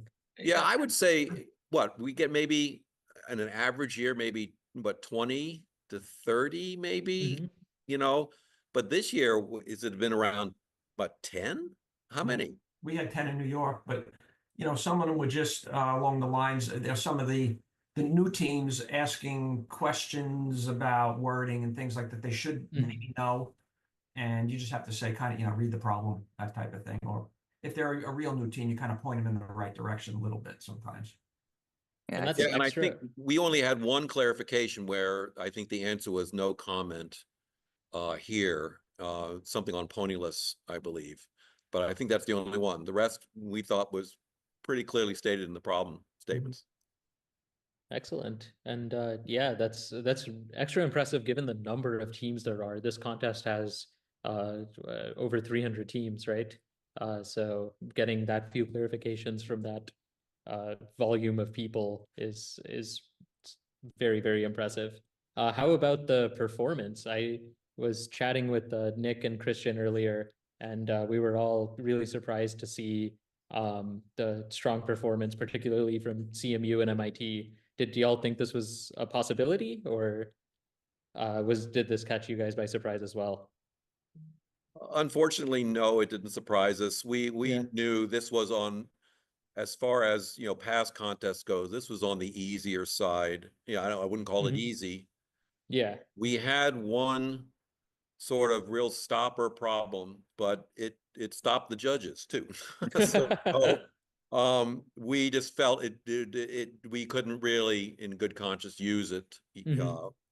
So we expected teams to solve all 13. We weren't hoping that, we were hoping it wouldn't be until after the scoreboard froze, but even that, I don't think we knew that would have been lucky on our part if that had happened. Yeah. It's always hard to predict, which teams show up and in which form on any given day. Is this correct me if I'm wrong, this is the first year that the 3 regions have come together into the East Division? I did it last year, but we only shared, I think, 8 problems out of the 12. This year we're solving, combining all 13. So each, we have the exact same problems across the board. Right. Yeah, I think we started like 2 contests again 2 years ago.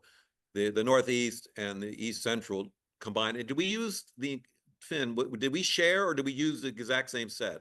I think 2 years ago, I think we might have had some problem. Maybe we had 8 problems in common between East Central and Northeast. Right. And I can't remember if Greater New York, if you used 4 of those or something, or none of them. 0. Yeah. Okay.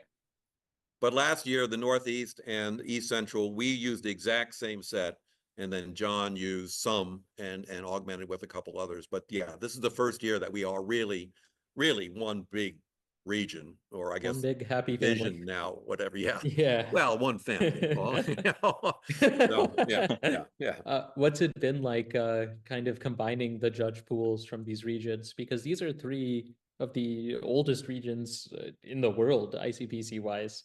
So I'm sure there's a lot of history and tradition and such that's had to merge between the three. Anything that's surprised you about how other regions did things when you were coming together? Or was it actually all homogenous, all the regions prepare problems the same way? I can answer from my viewpoint.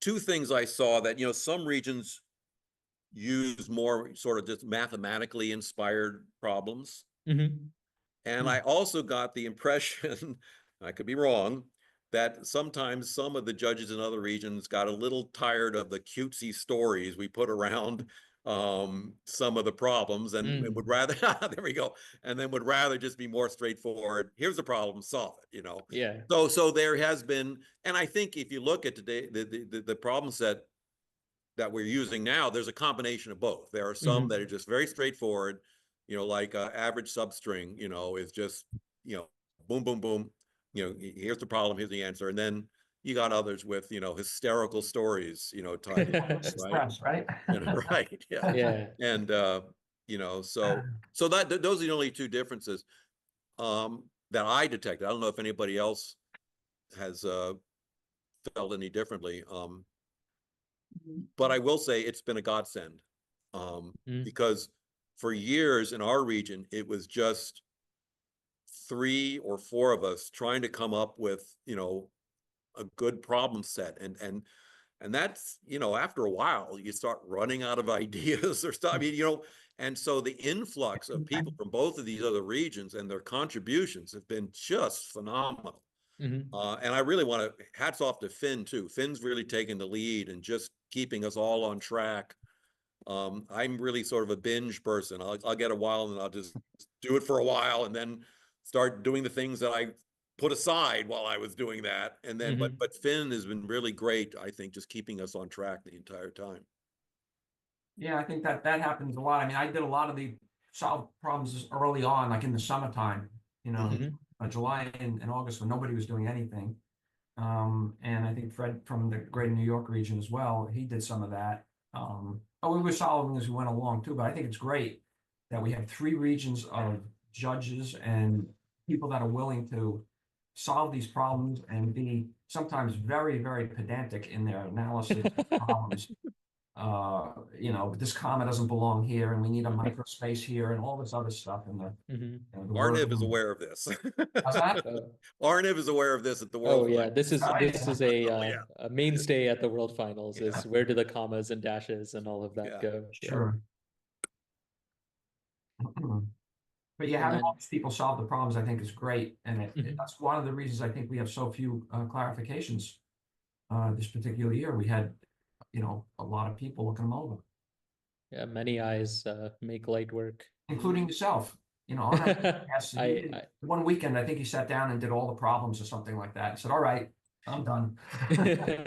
That was a while ago. I think the final set ended up looking a bit different. Yeah. But yeah, that was fun, and it's an honor to be able to test and help out in whatever way I can. Finn, I did want to go back to you. There's a tool I saw that you were developing to kind of help keep people on track when it comes to developing these problem sets. Do you mind telling us a little bit about it? Yeah, so a problem we were having, or I was observing with when developing these problem sets is it's just a little difficult to keep a track of how far along in the process we are in terms of which problems actually need more submissions from everybody. For anyone that's not aware, when we're trying to put a problem set together, we try to make sure that we have at minimum 3 independent accepted submissions that should give the correct answer. So that's 3 submissions from different judges, and ideally without them having any interaction, like looking at how each other solved it. But in addition to that, we want to have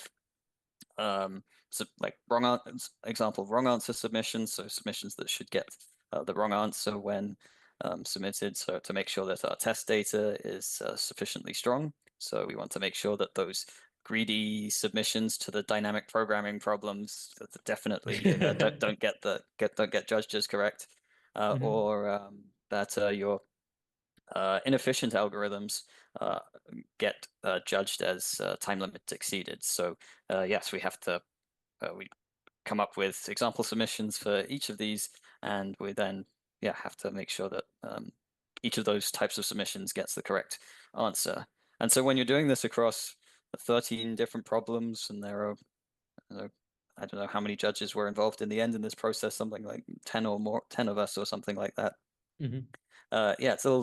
It's hard to keep track of, where do we actually need to focus our efforts to help move things along, which problems need more accepted submissions.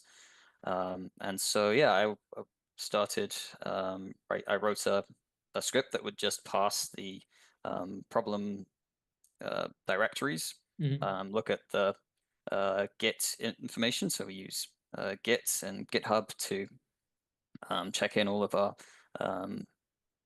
submissions, accepted, time limit exceeded, and otherwise, and all of the test data. And I wrote a tool that would pass that and then compile a summary of how many submissions there are to each problem, and how many accepted submissions, how many wrong answers, and then also to then from that just list out this, we need this, we need an accepted submission in this problem from someone that's not these two people or not this other person. And that, and also we try to make sure that each problem can be solved in at least 2 out of 3 language groups. So we kind of group them together in C, C++, Java, and Kotlin, and Python, and then make sure that we can solve it in 2 out of at least 3 of those groups. Makes sense. It checks for input validators too, right? Doesn't it as well?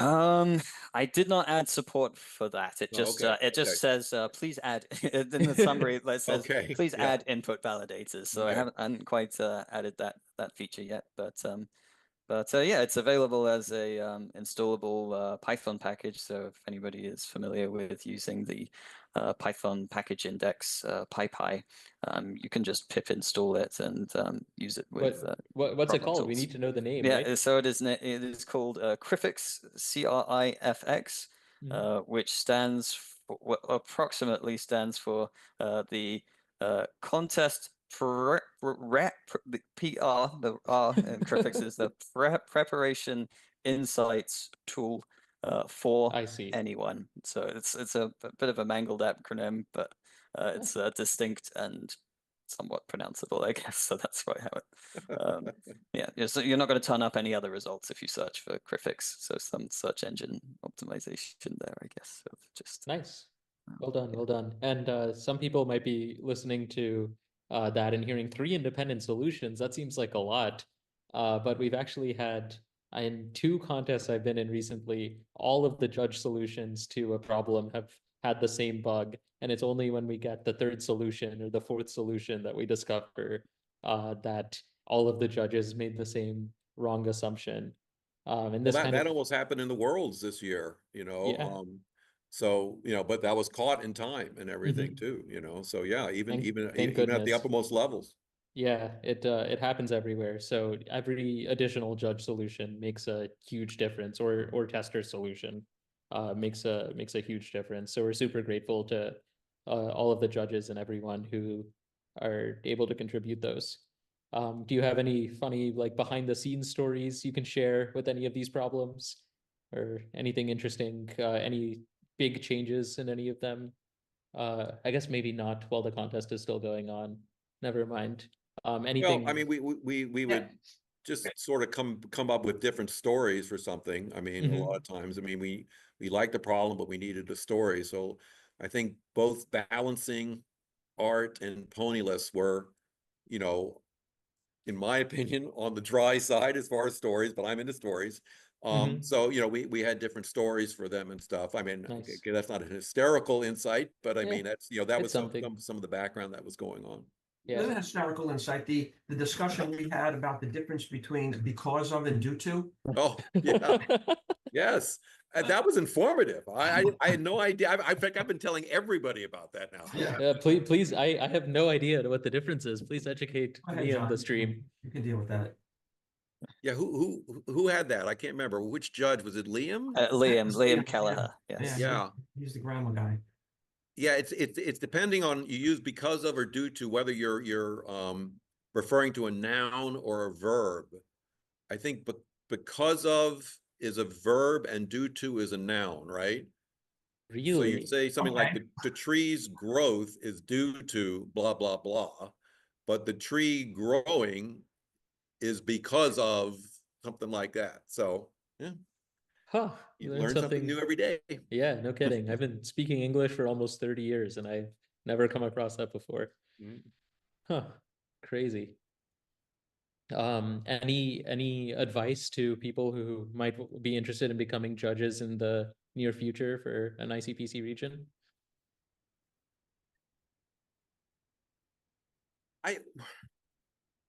The one bit of advice I think you need as a judge is you can't have a thick skin, or you need a thick skin, I guess. You know need what I a mean? thick skin, yeah. Because people are going to, you're going to, propose something that you think is great, and someone's going to say, in so many words, it sucks, or here's how it can be a lot better. Yeah. And you got to be willing to step back and say, oh, yeah, or if or stick by your guns too if you think something needs to be. But you got to be willing to listen and take criticism for sure.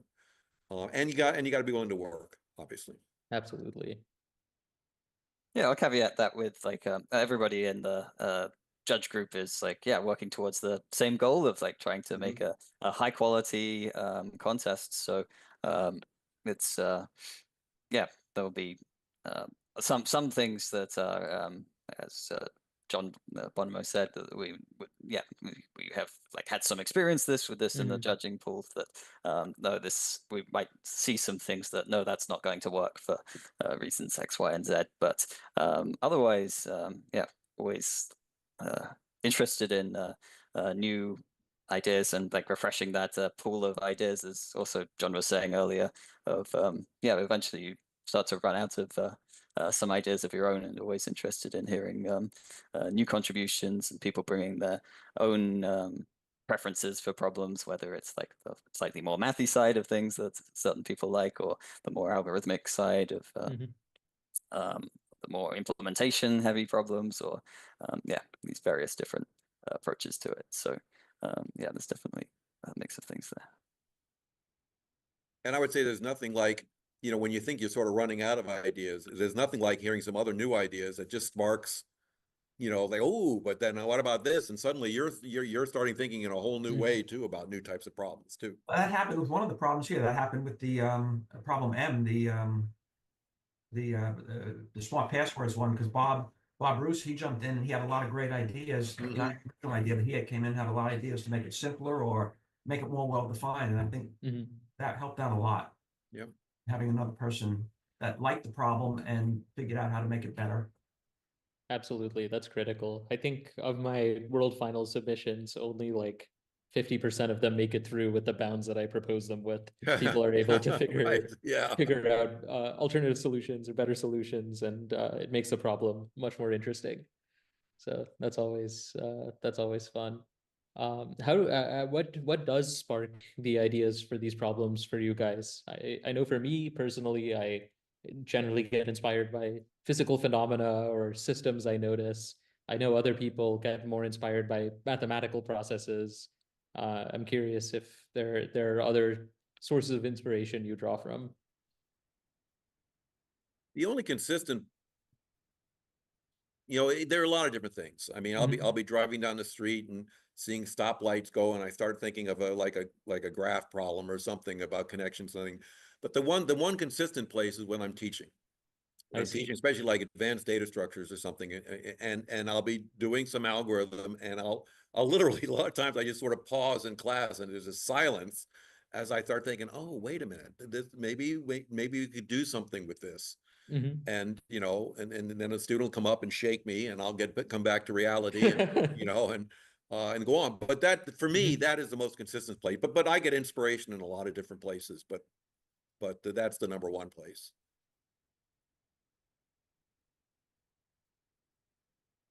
John, Finn, any particularly memorable sources of inspiration? One for me was there was just a piece of art on a wall that just had some. It was just the Hilbert curve showing up, and just from staring at this for a long time was just inspiration of like, oh, how could I walk between these? How long would, if this were a maze, how long would it take me to walk between a particular pair of locations? And that turned into one of the. That was a great problem. Yeah, that was a great problem. Yeah. Art is made to inspire. Yeah. So it did its job. Yeah, that's awesome. The keyboard problem again. That happens to all of us. How often are we off by one sometimes when we Yes. type on the keyboard, right?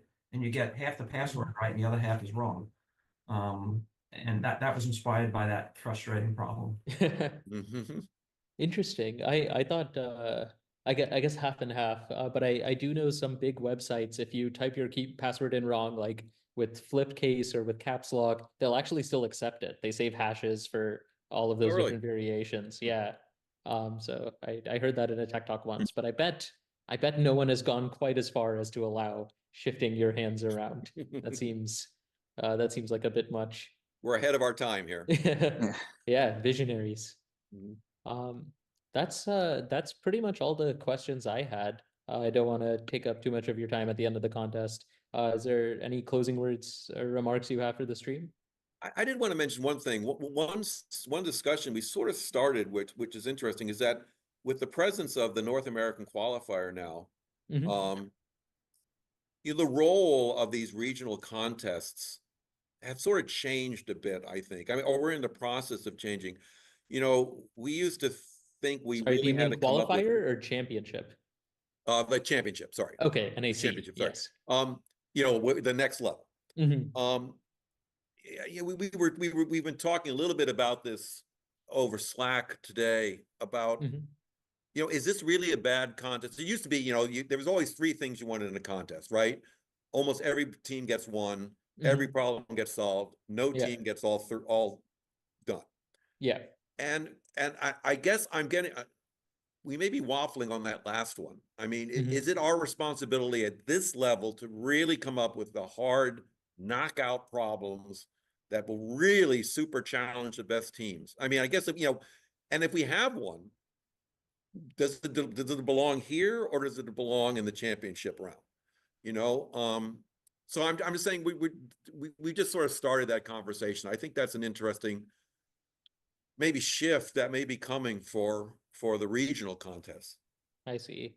Yeah, that makes sense. When you have more layers, and if it's not as disqualifying to have multiple teams solve the contest, then maybe it doesn't matter as much for the regional level. Again, right. Assuming that every team is able to get to the next level. Right, and more of a focus on the majority of teams who are not going to go on, but just want to have a good contest. Want to feel that they've contributed, that they had a chance, or they had something to do for however many hours the contest goes.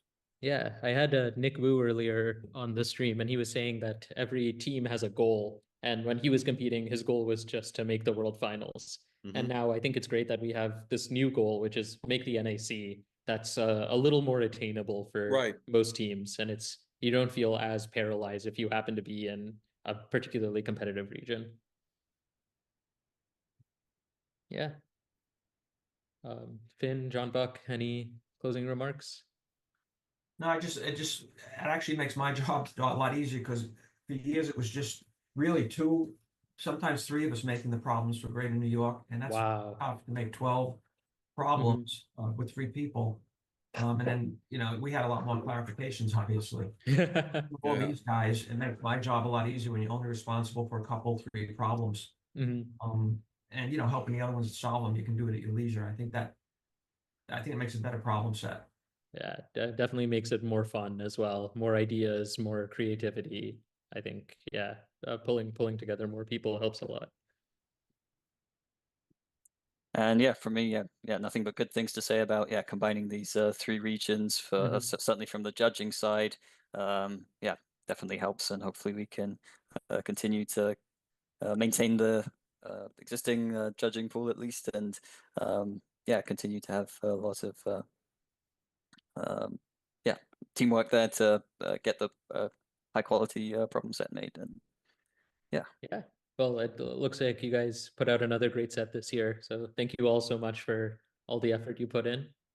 And I'm sure Thank we'll you be for helping seeing. out too a little bit, Arno. Thanks. Yeah, anytime. And I'm sure I'll see all of you at some competitions in the near future. Yeah. Take care. Okay. See you. Bye.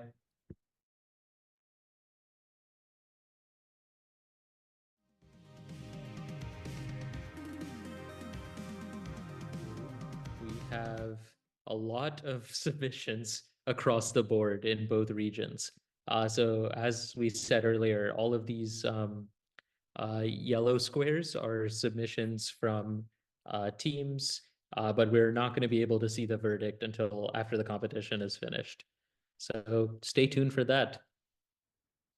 Let's see. So this is the East region. We'll switch back to Greater New York right now, and so not quite as many submissions, but also not quite as many teams. So that makes sense. At the freeze in Greater New York, we had we had 4 teams at that 10 problem solved mark, and 1 team at 11, Rutgers. So they're currently in the lead. They have a submission on K, but if any team right below them is able to get 2 problems, they can easily take over. So anyone's contest, it should be an exciting finish. I'm gonna hop off for now, but I'll come back soon to catch you all at the end of the contest. Thanks.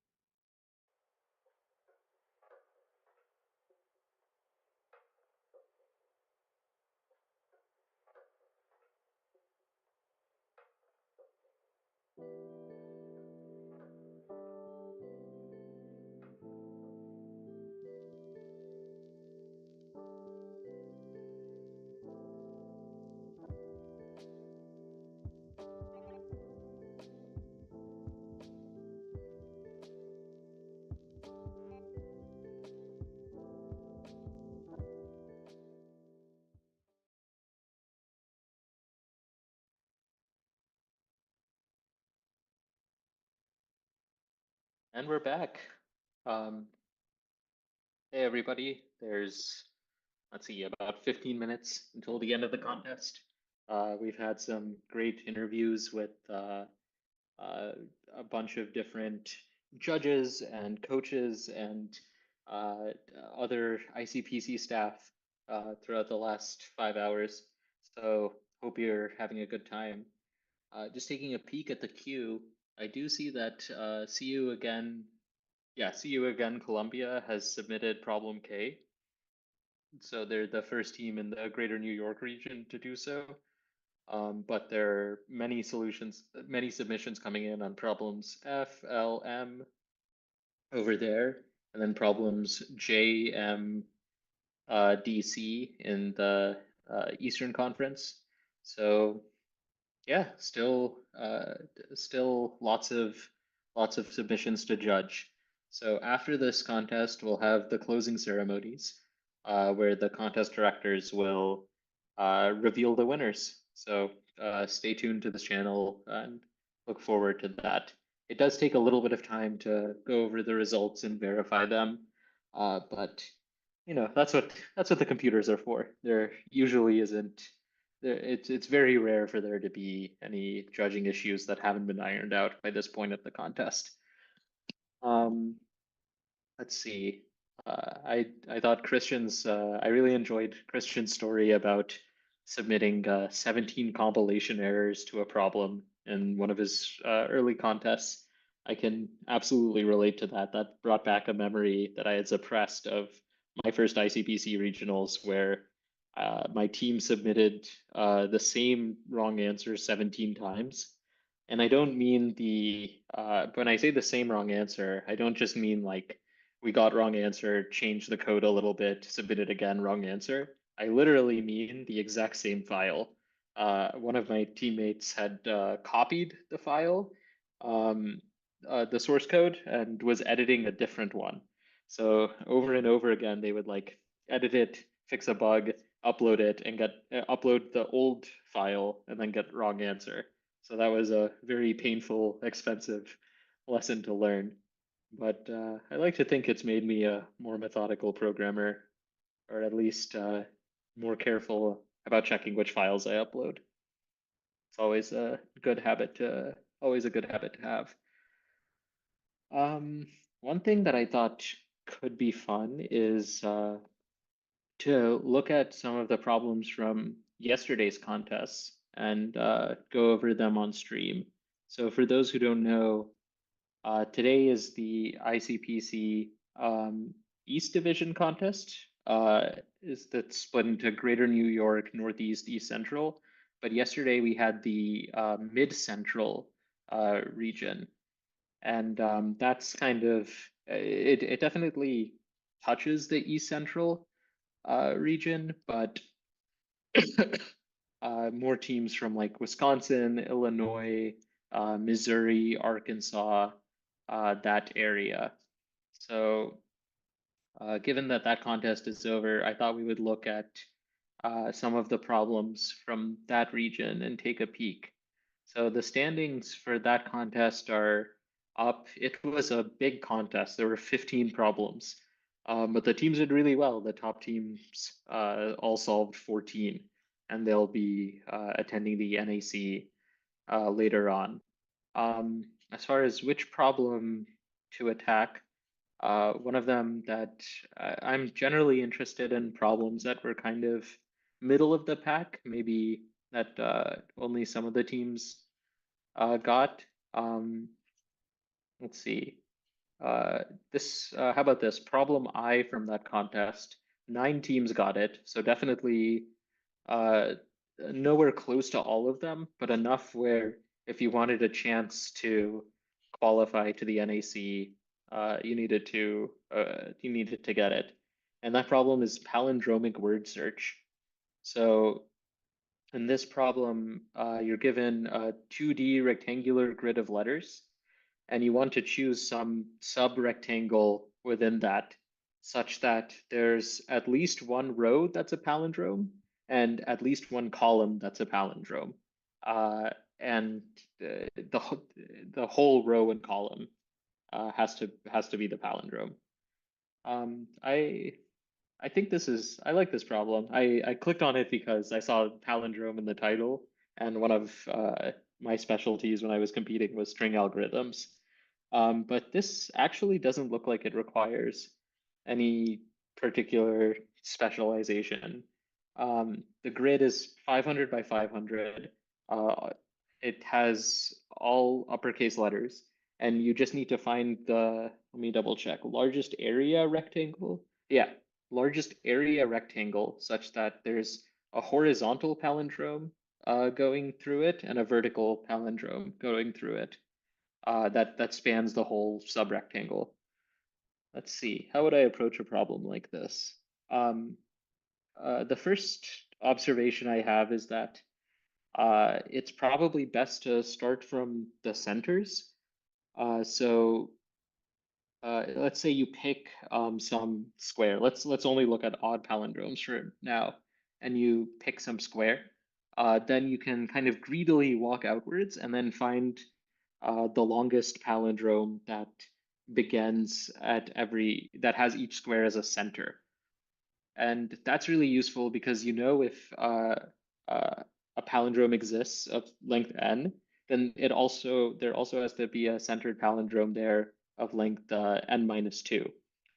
Oh, perfect. I wasn't able to pull that up myself, but thank you to the stream genies who are taking care of this. Yeah, so I think if we look at a concrete example like kayak in sample 1, if you know that there's a palindrome of length 5 centered on the y, then there's also a palindrome of length 3 for this AYA. So my first instinct is to try and find all of these maximal palindromes. And there can't be too many. You know that for each cell, there's O of R times C, and then the maximal palindromes, it can only go, you do a linear loop in both directions at the same time. So there's only, let's say, n cubed maximal palindromes to consider. And then once you have the maximal palindromes, those are really the only ones you want to consider, because it's not saying that every row and column has to be maximal, just there has to be some maximal row and some maximal column. So, and these are independent, is that true? Yes, yes, kind of. If you choose a row, if you fix the maximal row palindrome, then you just need to find the maximal column palindrome that intersects it, and that can be done with any number of methods. So as long as you pre-compute the maximal height palindrome that goes through each cell, because you know that the two cells have to intersect at some point. So for this problem, you can just say, fix the center point, expand outwards in both directions, and then for each cell, figure out what's the largest palindrome that goes through that cell horizontally. And you can do that as you're expanding out from every possible center. Then when you try the vertical palindromes, you say, okay, for every cell in the vertical palindrome, what's the maximum horizontal? I think this is one of the problems where the idea isn't too bad. Like just kind of looking at it, you can see that the simple palindrome finding and linear in like n squared time for a fixed string will work. But there are some tricky details, because not only do you have to start from the center, start from every cell to get the odd length palindromes, you have to start between every two adjacent cells to get the even length palindromes. And I can definitely see teams getting tripped up on some indexing details there. That's a fun problem. I like that one. Let's see what else is in the mid-central set that might be interesting to discuss.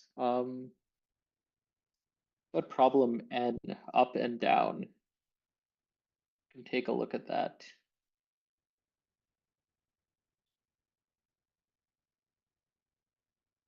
Yeah, so for this problem, we have a sequence of integers. We want to find the maximum length of a subsequence that strictly increases and then strictly decreases. A subsequence can be obtained by removing some elements from the sequence without changing the order. Okay. And it looks like there's some more clarity on what it means to be a subsequence. So this problem, it's multi-tested, so you have a bunch of test cases, and each test case gives you a specific array. And then you can go down and see the samples.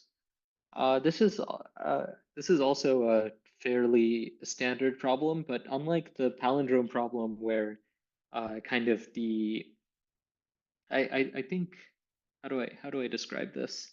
The palindrome problem, I think many students, even if they've never thought about how to find palindromes in a string, could kind of come up with this idea of starting from the center and working outwards, and it being more efficient. This problem, at least my initial solution, it's possible that there's something better, you would need some kind of data structure.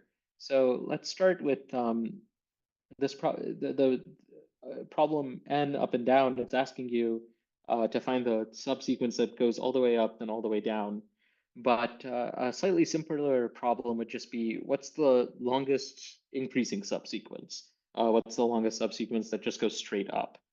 And this is a very classic algorithm to find the longest increasing subsequence of a sequence. And the way there are two solutions to it. One is to use a binary search.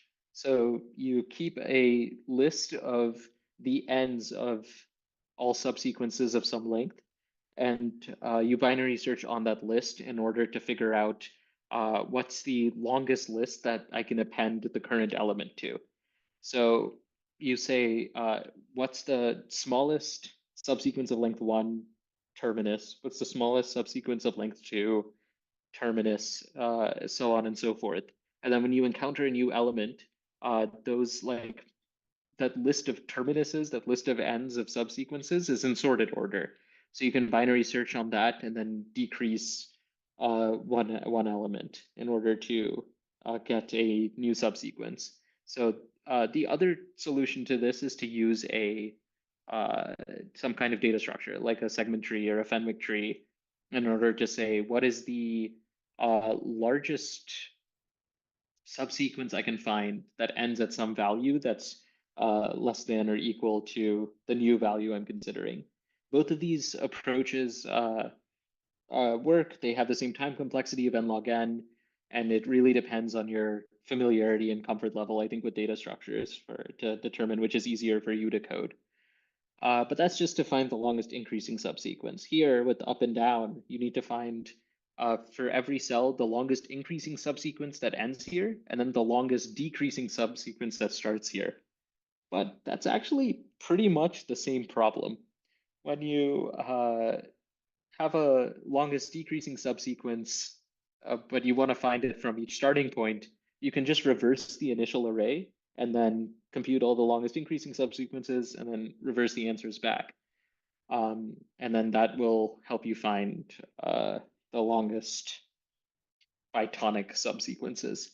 So this is a very good kind of classic problem to test your data structures knowledge and to make sure you understand how this LIS algorithm works, but it's not too bad. So that's funny. Both of the two problems I started with feel fairly similar to me. Let's see what other problems they had. I don't want to pick the like absolute hardest ones because I think there isn't going to be quite as much to learn from those. Let's maybe look at problem D, cascade centrality. What is that about? Okay, this is just a math formula. That's kind of funny. So for those of you who are watching the stream earlier, we had some discussion with the judges where some judges, contestants, people, they prefer the problem statements to be very mathematically pure. In this problem, you're given an undirected graph, you're given this formula, which is the cascade centrality, and you have to compute it.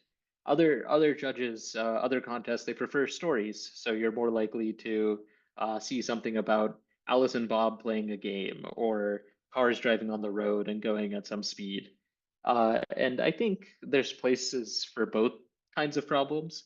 ICPC tends to prefer the stories, and I think extracting the mathematical statement from the story is part of the exercise and is part of the fun, at least for me.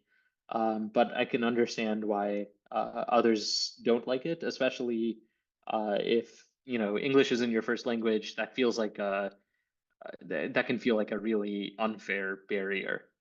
But regardless, for cascade centrality, for a fixed node I, you consider every other node J that's not I. Then you consider is that a path? Yeah, so you consider every path from node I to node J. And then X, or is that a chi? Yeah, that's chi. So chi sub p is the product of the degrees of all nodes along the path, including the ending node, but excluding the starting node. Okay, I think I see what's going on. Oh, but we've only got 3 seconds left in the contest, so that's it. That's my time. So huge congratulations to all of the teams that competed. I can hear cheering throughout Colombia as the teams celebrate finishing their regional contest. That's great to hear. Let's see. So this is the current frozen scoreboard for Greater New York, and you can see Team Union College took a stab at everything. So they could finish anywhere from 1 problem to 13. So props to them for giving everything a shot. And then back to the the Northeast East Central scoreboard, the kind of Eastern Division. You can see submissions throughout the scoreboard, all the way from not quite the top teams, but from number 5 down to down to everybody. So stay tuned to the stream for the closing ceremonies and to find out who came out on top. Like again, my name is Arnav. It's been a pleasure doing this live stream with you. Take care. Have a good night. Thanks for spending your Sunday with me.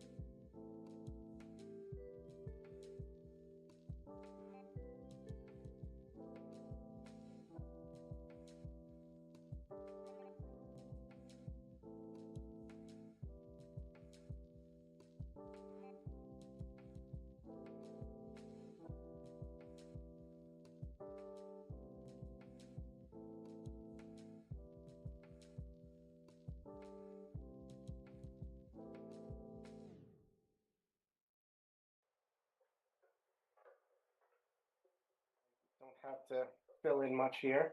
I'm going to stop sharing my screen here because once our chief judge, John Buck, is ready, he will share his screen and we will see the resolver.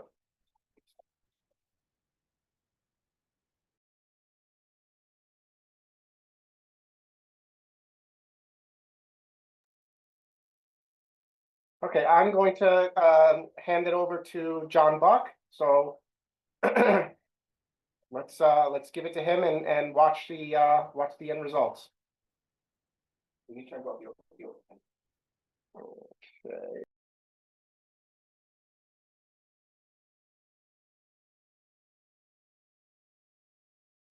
Okay. Let's see here. Let me turn up my volume. Okay, can everybody hear me? Yes, yes, I see heads nodding. That's great. Okay. So I'm going to share. I'm going to bring this over here. And I'm going to share this screen. Okay, resolver. Let me start that up first.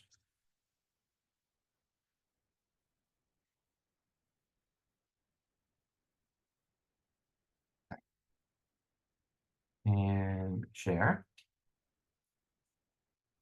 Optimize for video. And I want to share the screen, right? Or I want to share the application. Oh, I don't know. I'll share the screen. It's better. Okay. Yes, I know I'm sharing. And make that go away.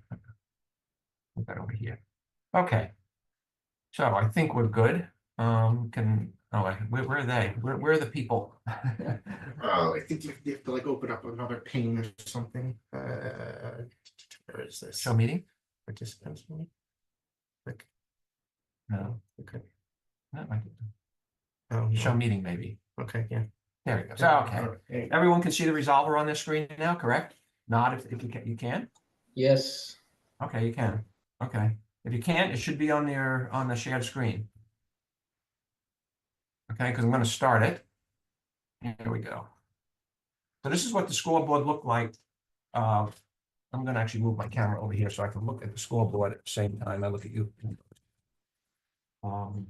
That's good. Okay, so this is what the scoreboard looked at with an hour left in the contest. All the blue ones indicate pending runs.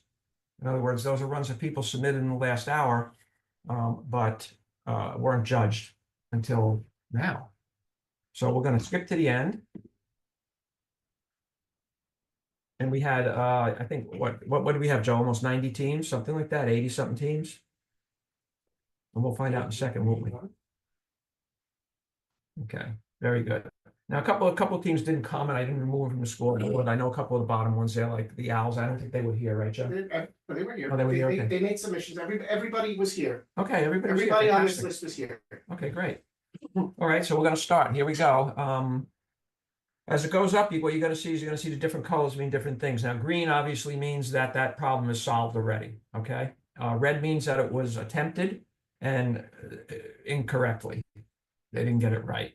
The blue obviously is pending runs. The little number in there indicates how many runs are pending with a hyphen and then the times for them. Okay. So here we go. I'm going to start. I'm going to just speed it up.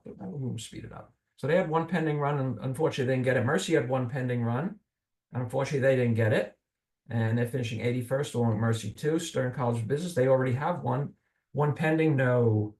Thoreau Law School, number 2, nope, they didn't have any pending. They're finishing 79th. The Owls 3 is finishing 77th. Oh, Union has a bunch. I know what they did. Right in the last minute or so, they just submitted one for everything now, didn't they? Even though it was wrong. They just want to see their name up here for a while, which is fine.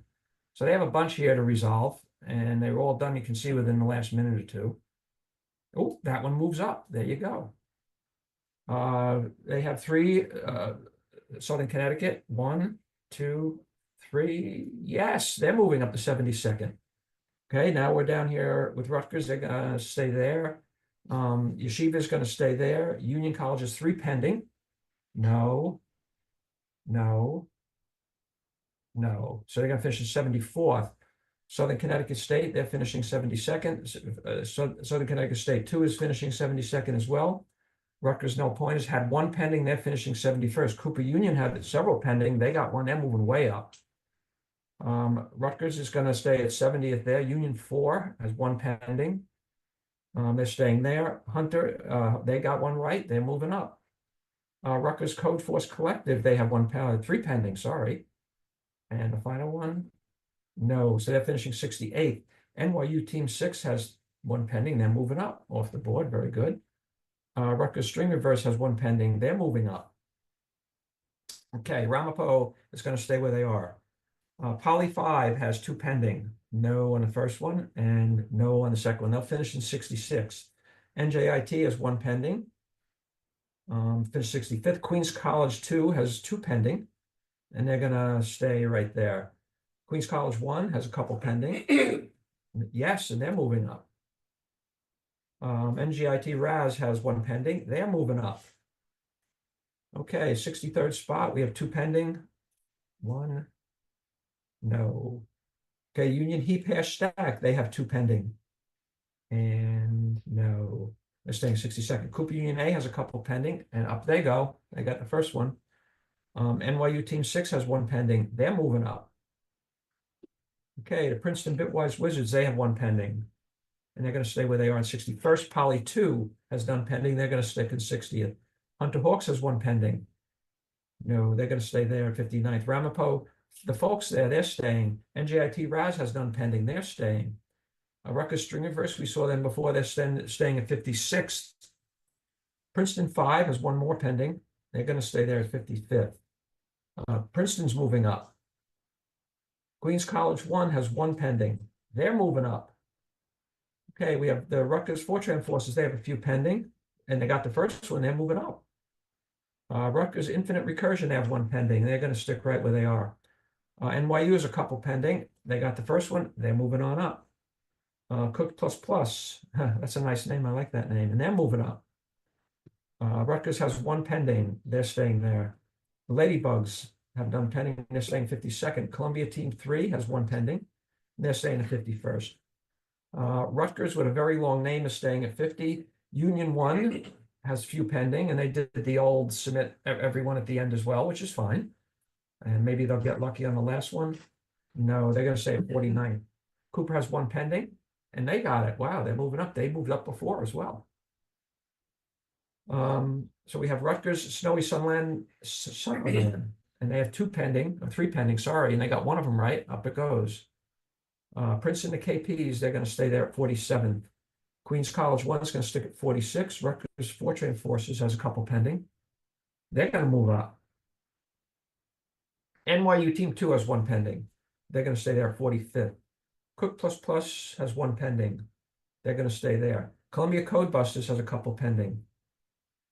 They're moving on up. Okay, Cornell Beta, they have one pending. They're going to finish 43rd. Cornell Study Group, they have a couple pending, three pending. They got the first one, they're moving up. Stony Brook Saviors, they're moving up. They had a couple pending as well. Queens College 3 has none pending, but I don't know. Maybe the screen froze, Joe. You think it froze? It looks like it froze. Maybe let me press the space bar and see what happens.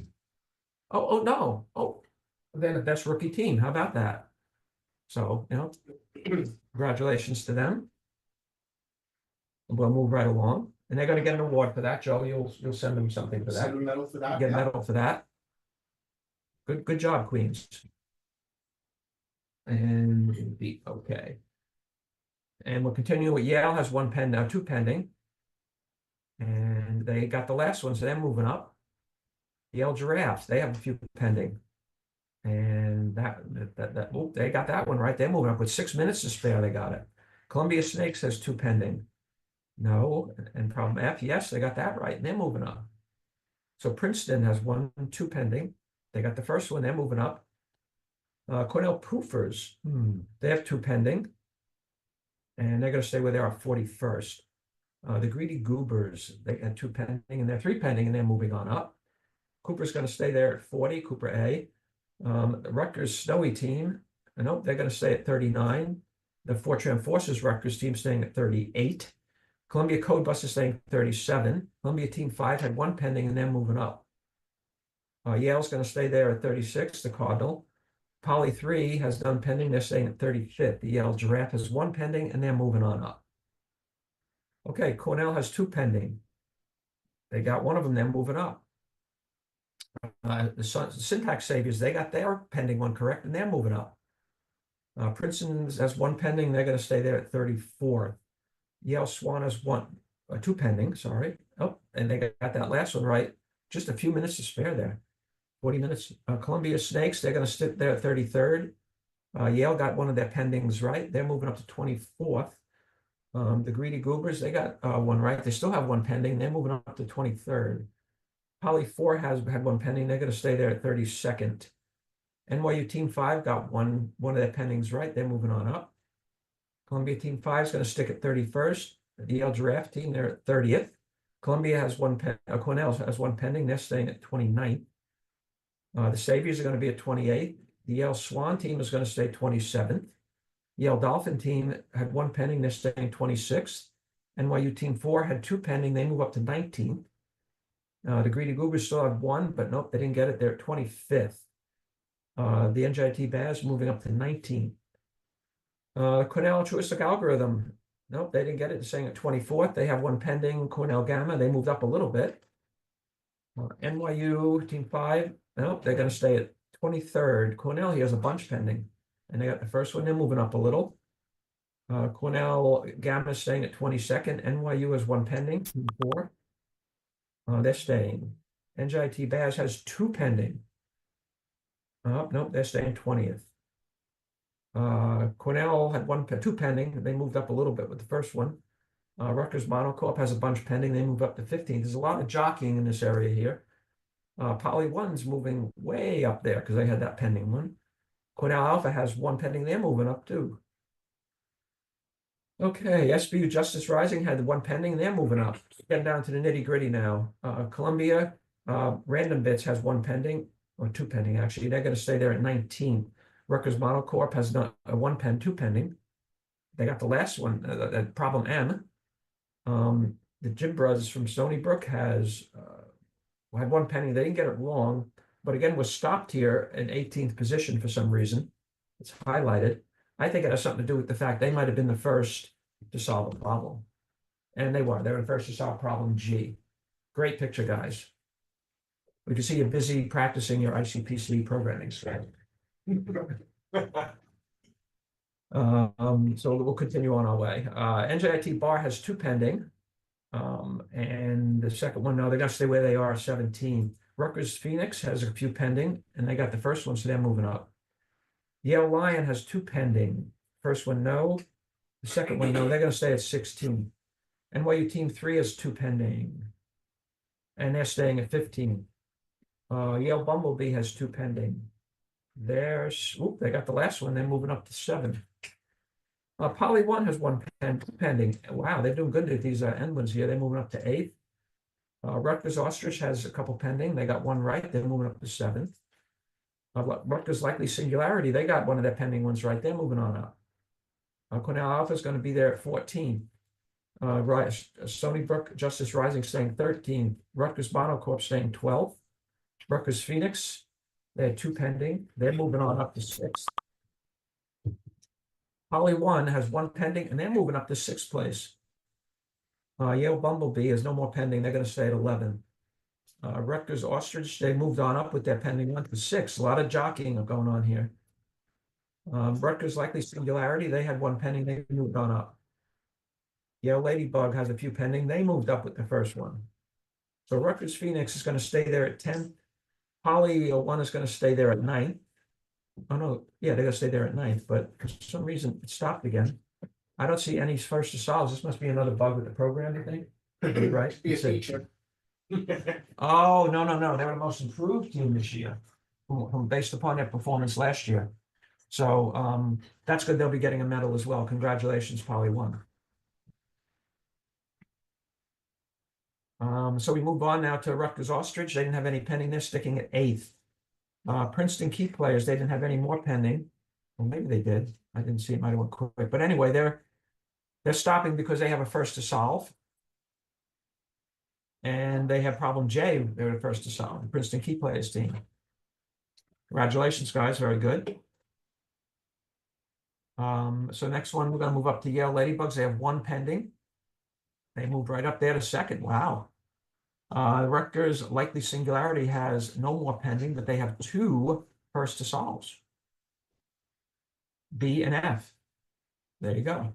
Congratulations. Okay, let's move on. Columbia CU again has two pending. The first one they got, they're moving second. NYU Team 1, they have a couple pending. They're in second, and they still have one pending. Princeton, we played with the Mud. That's a good team name. They have a couple pending, and they moved up to fourth.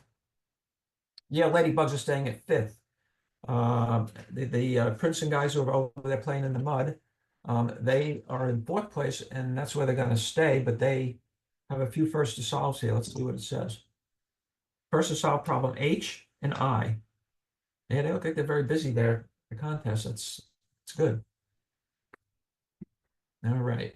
So now we're getting to the medal zone for first, second, and third. Let's see what happens up here. So Columbia CU again has one pending. Okay, let's see what happens. Oh, I have to press the button. I knew that. No, they didn't get it. So they're going to be our third place finishers, but they're going to also first to solve problem A. They should be. Hello. Oh, just making me go through all the steps. There you go. Solved 11 problems. First to solve problem A. And it should be noted, should we say that now, that they're one of the top three teams, by the way, just so you know now, will be advancing to the NAC at the very least. We're guaranteed that three teams will go. So Columbia, see you again. We will see you again in May down there in Orlando at the NAC for sure. That's not to say there can't be other teams that also qualify. They're all wild cards, but these are these slots that we are given to start with is three definites and three automatic, and you kind of know how that works. Every year they say that, and things sometimes change, sometimes they don't. In any event, so Columbia will see you down there in Orlando, and now we're vying for top position here, and we have two teams with 11. They both have a pending solution. So NYU wants to see if they got theirs right, and then also I guess Rutgers wants to see if they got theirs right. So let's see what happens. They have the one pending. Nope, they're going to stay in second place, but Silver medals. They're silver medals, but they also the first to solve a couple of problems. Problem is E and M, solve 11 problems, and we're going to be seeing these guys down there in Orlando too. Congratulations. In May, congratulations, guys, and you'll be getting your medals. Joe's going to send them out. Okay, let's see what we have now. Finally, let's see if Rutgers managed to solve the last pending run they had there to give them 12. Let's see. I mean, I know the answer right, but no, they don't, unfortunately. But that's all right. They still are first place finisher. They solved three first problems, right? And let's see, they're going to be our gold medalists. And we're going to see these guys down there in Orlando as well. Oh, yes, I have this thing here. And they get the trophy. And you get this trophy. I think this is the first time that they're going to be on the trophy, right? The first time they're on the trophy. This is the 7th year, right? Right. In fact, they're going to get their own. See, the way the back is full already with plates, right? So we're going to have to start putting them on the side. So you'll be the first one on a new side. You'll be right in the corner on one of these. Yep. Right. Congratulations, everyone. Right. We'll be sending you this along with the medals. Along with the medals. Yep. Okay. And we'll see you in Orlando. Yeah, we'll see these guys in Orlando. That's right. And we might see others too. Maybe we might see others, but that's the final scoreboard as it stands. We'll be releasing it online on the website by tomorrow. This is the preliminary final standings. Oh, right. Yes. We'll have to go through everything and we'll announce the actual final standings. Correct. Tomorrow, that will be probably tomorrow afternoon at some point. So if you have any video recordings that you need to send me links to, you should be doing that. Yeah, please don't email the contents. Right. Put them in a Dropbox or in a Google Drive or something. And send that to me so we can review. And thank you, everybody, and congratulations to everyone. I would like to say, also thank you to my staff too. Samuel and Kute. Samuel did a great job preparing the resolver. I didn't have to touch the thing other than to play it back. And that's why it went so much smoother this year. Yeah, and that's faster. True. That's true. It is, because usually I have to get involved in that, and I have a million things going on. But he did a great job, and he did a good job at the in Pac Northwest last year too. Yeah. And also, I think we did it at the down there in Orlando too. He was part of that too. Yeah. So very good. Appreciate it, guys. Thank you very much. Thanks to Kute as well. Yeah, I did. I thank you okay, as well, yeah. helping with the software. We do a lot of development PC squared, which nobody sees really other than what they use. So there's a lot of behind the scenes stuff that goes on too. So again, thank you very much for participating. And anything else, Joe? Any closing words? No. Hopefully we'll get back to a single site next year so that we can see everybody, because I think it's always more fun when we gather and have 100 teams in one room for the opening and closings, and a bit more buzz, and we'll have food again and all that. So that's on me, and I will start looking for sites and putting that stuff together shortly. So congratulations, everybody. Thank you for participating, and we will send you awards if you've won. So thank you.